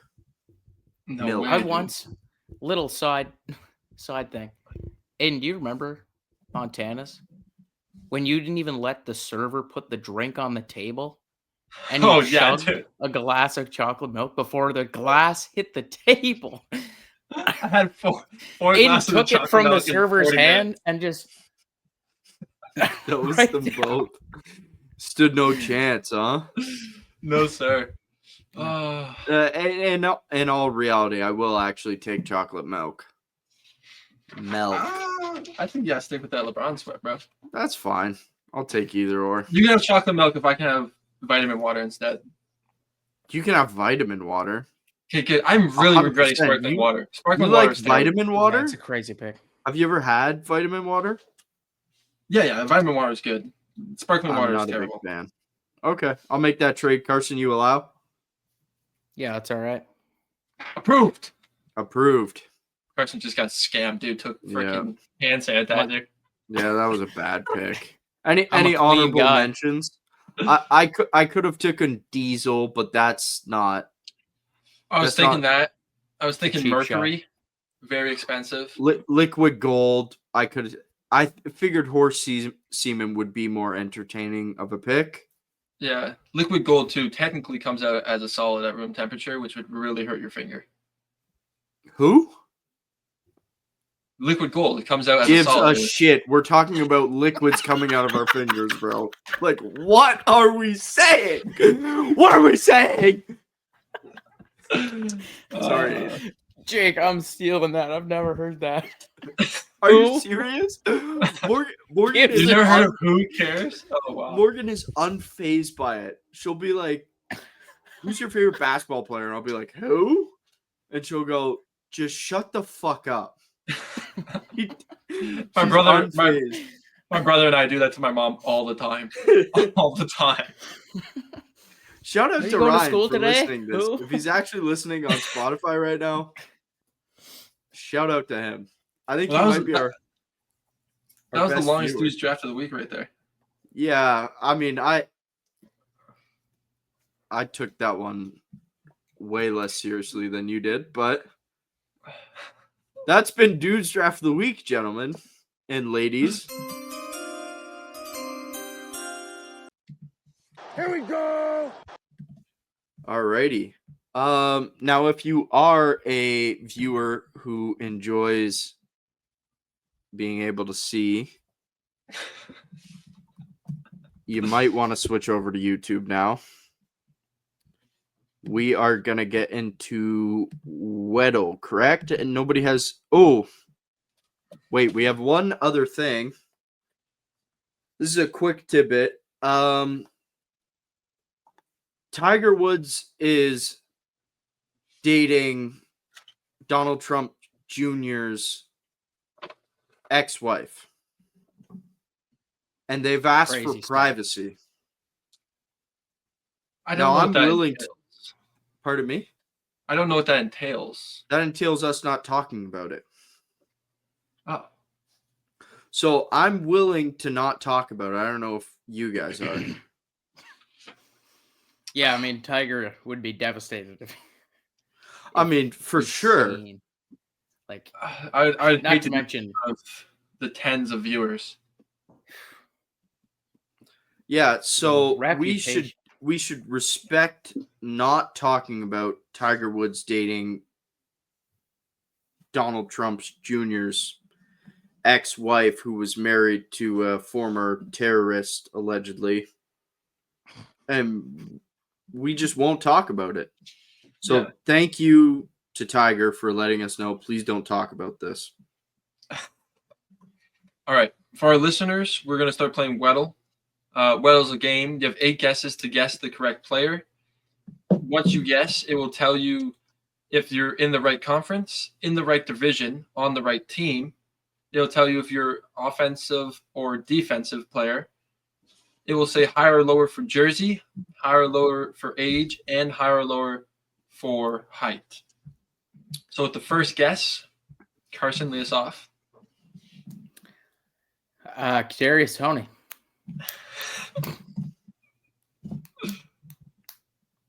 Can you guys, like... Okay, my boy's not in here, boys. CAD? No? Carson does this on Is it purpose. CH? He loves it. He actually might not be on a team right now. No, he's not. That's why I'm like, what are we doing? Rip Adam Thielen down there. Rip Adam Thielen. Oh, a name. Wide receiver. Lower than Yes, 6'2". NFC, in the NFC. NFC wide receiver, shorter than 6'2", younger than 34, under Lower than number 19. Numbers 19. and 19. Give How tall me is Amon-Ra? He's not much bigger. Go ahead. What were you going to say? I was gonna say who's the guy on the Rams there? Short guy. Tutu Atwell. Now, this is the easier version, Carson. Yeah.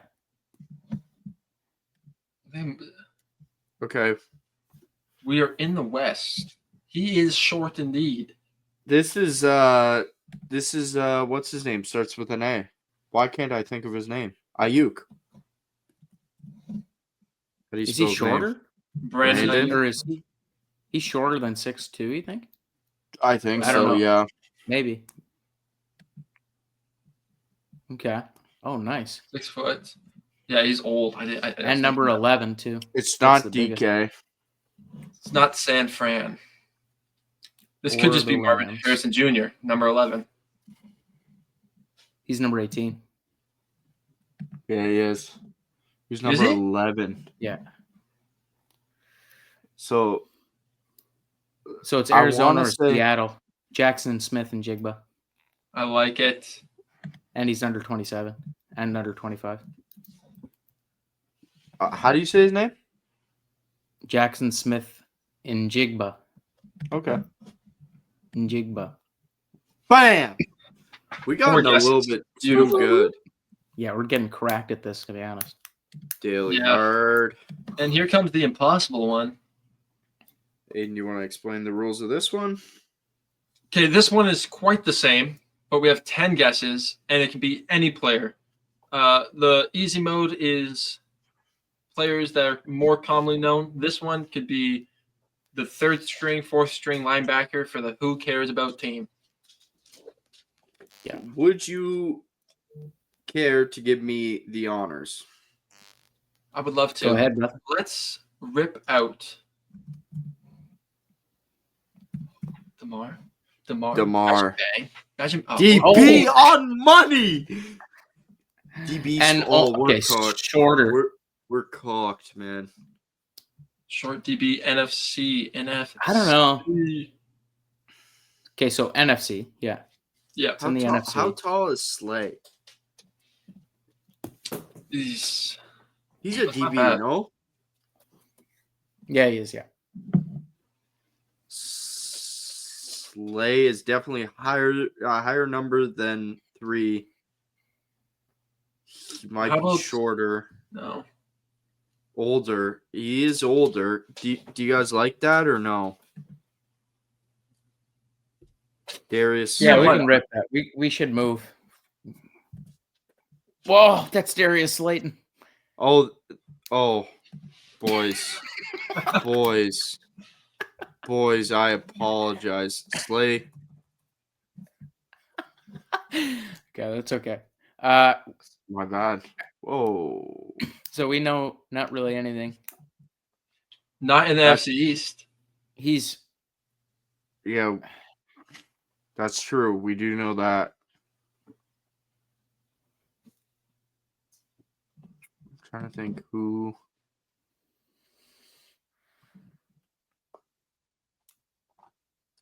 would be. go Buka Bait. Buka Bait. Yeah, I bet you would, wouldn't you? What's his name? Buda. Buda Oh Baker. no. Buda Baker. BU. No, BU. Yeah. DD, I believe. Buddha? Yeah, there you go. Yeah, there you go. Older Wow. than 29, eh? Damn, okay. How old is Yair Alexander? He's probably 29. So it's older. He's older for sure. You think Alexander's older? I feel like he might be the same age, bro. Oh, Jair. I feel like I'm he's thinking of, younger. I'm thinking of who's the guy in the Bucks? Also Alexander. Oh, Do we want to just Yeah. hit this and see if he's in the right? You know what I mean? Yeah, Yeah, we why can. not? We got 6 left after this one. NFC Okay, so North NFC North. DB. we're in the north. He just went to Older. Detroit too. The guy from the Bucks. What's that guy's name? He's a corner. He's skinny. Oh my god, I should know this.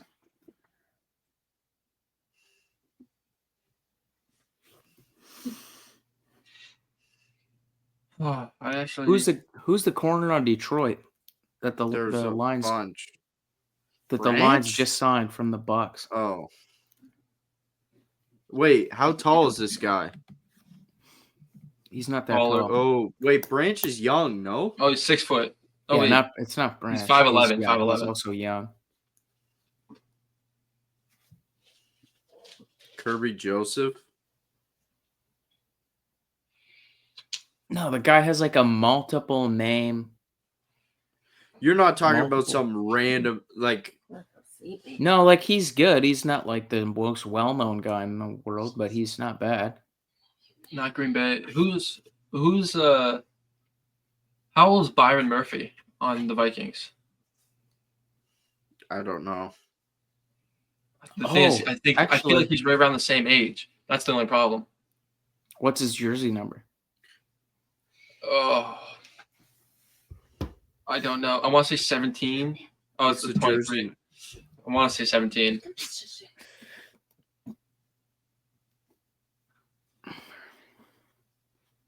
Who else? I'm trying to think of Vikings players. I feel like I know the Vikings defense. Does Chicago have any that pop to mind as well? They have that stud. Steven. What number Oh. is What's his he? name? Stevenson? Is that his name? I feel like that's right. I'm thinking Who's the Jalen guy? Johnson. It could be.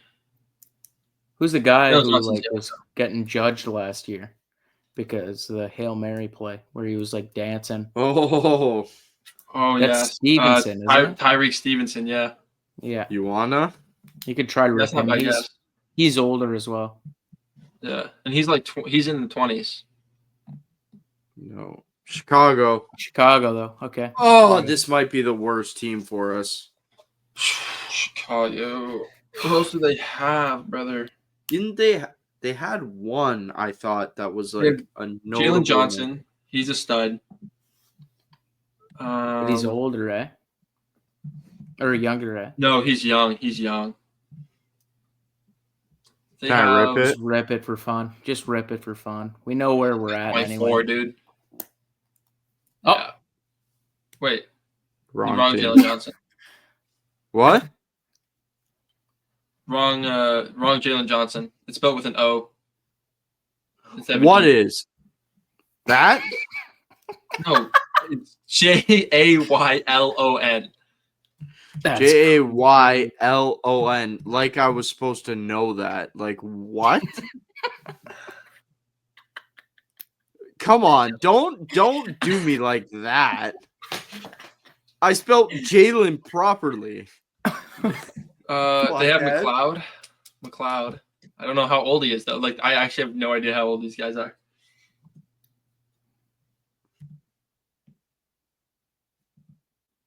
David, is it spelled David? I don't know his first name.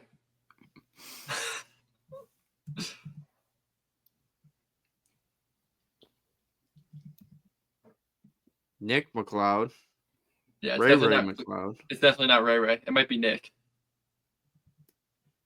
You want to take a No. shot? I mean, I'm trying to think of other. Yeah, that's San Francisco. Okay, wait. How many do we have left? 2? 2 more.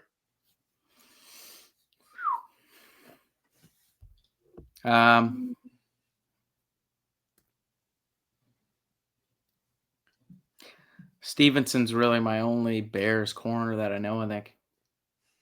Yeah, I think I'm out of corners here. Do we know who was that the guy who did not catch the pass? I think so. He was like dancing before the game. He actually batted the ball. He's the one who batted the ball, but I'm trying to think who else is on the Bears. The Bears.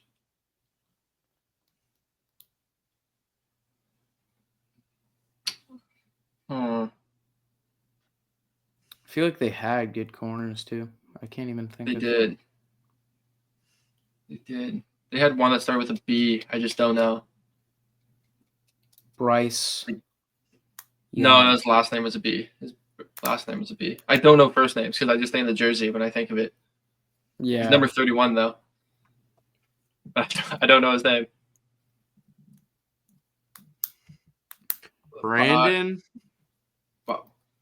Byron Black. Byron? We are being stumped live on air right now. Close. That's not who I was thinking of either. That's crazy. No. No, this is some bum. No, That's it. it. It could be. Look up some bum and Some bum.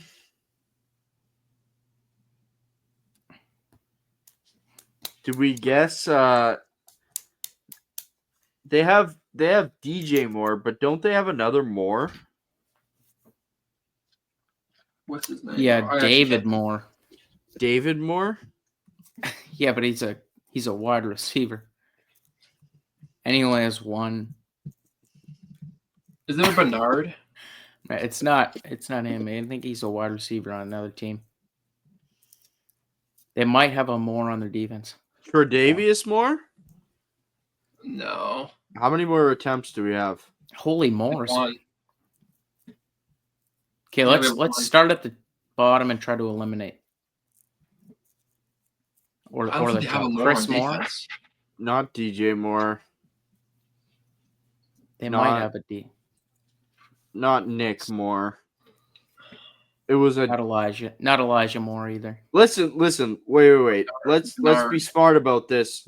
Is there a player? Let's let's skip out who do you think is not a brother? Chris, no. DJ, yes, but we know him. Dan, it's a junior, so it might be.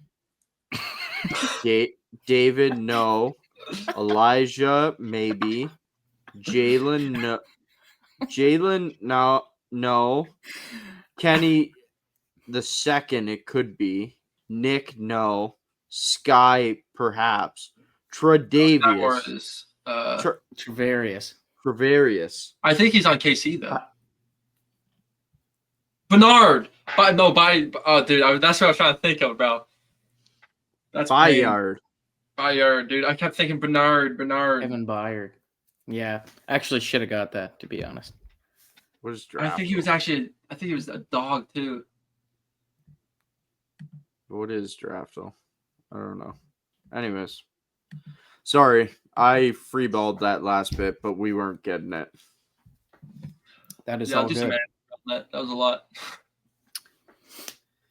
Anyways, anything else to wrap up the episode? I think we're good, brother. Alrighty, this has been the Huddle Podcast. Hope you enjoyed. This is gonna be our longest episode to date. We will Longer and longer. Yep. Oh yeah. And we're getting less and less news. Hopefully next week we'll know where Dr. Aaron Rodgers is, if he's returned from his retreat. Thank you, Ryan. Please like, comment, and subscribe. We'll see you next week, ladies and gentlemen. Thank you again to David Pindell as well for coming on. Yes. Yes, for sure. Hope you guys enjoyed that interview. Peace.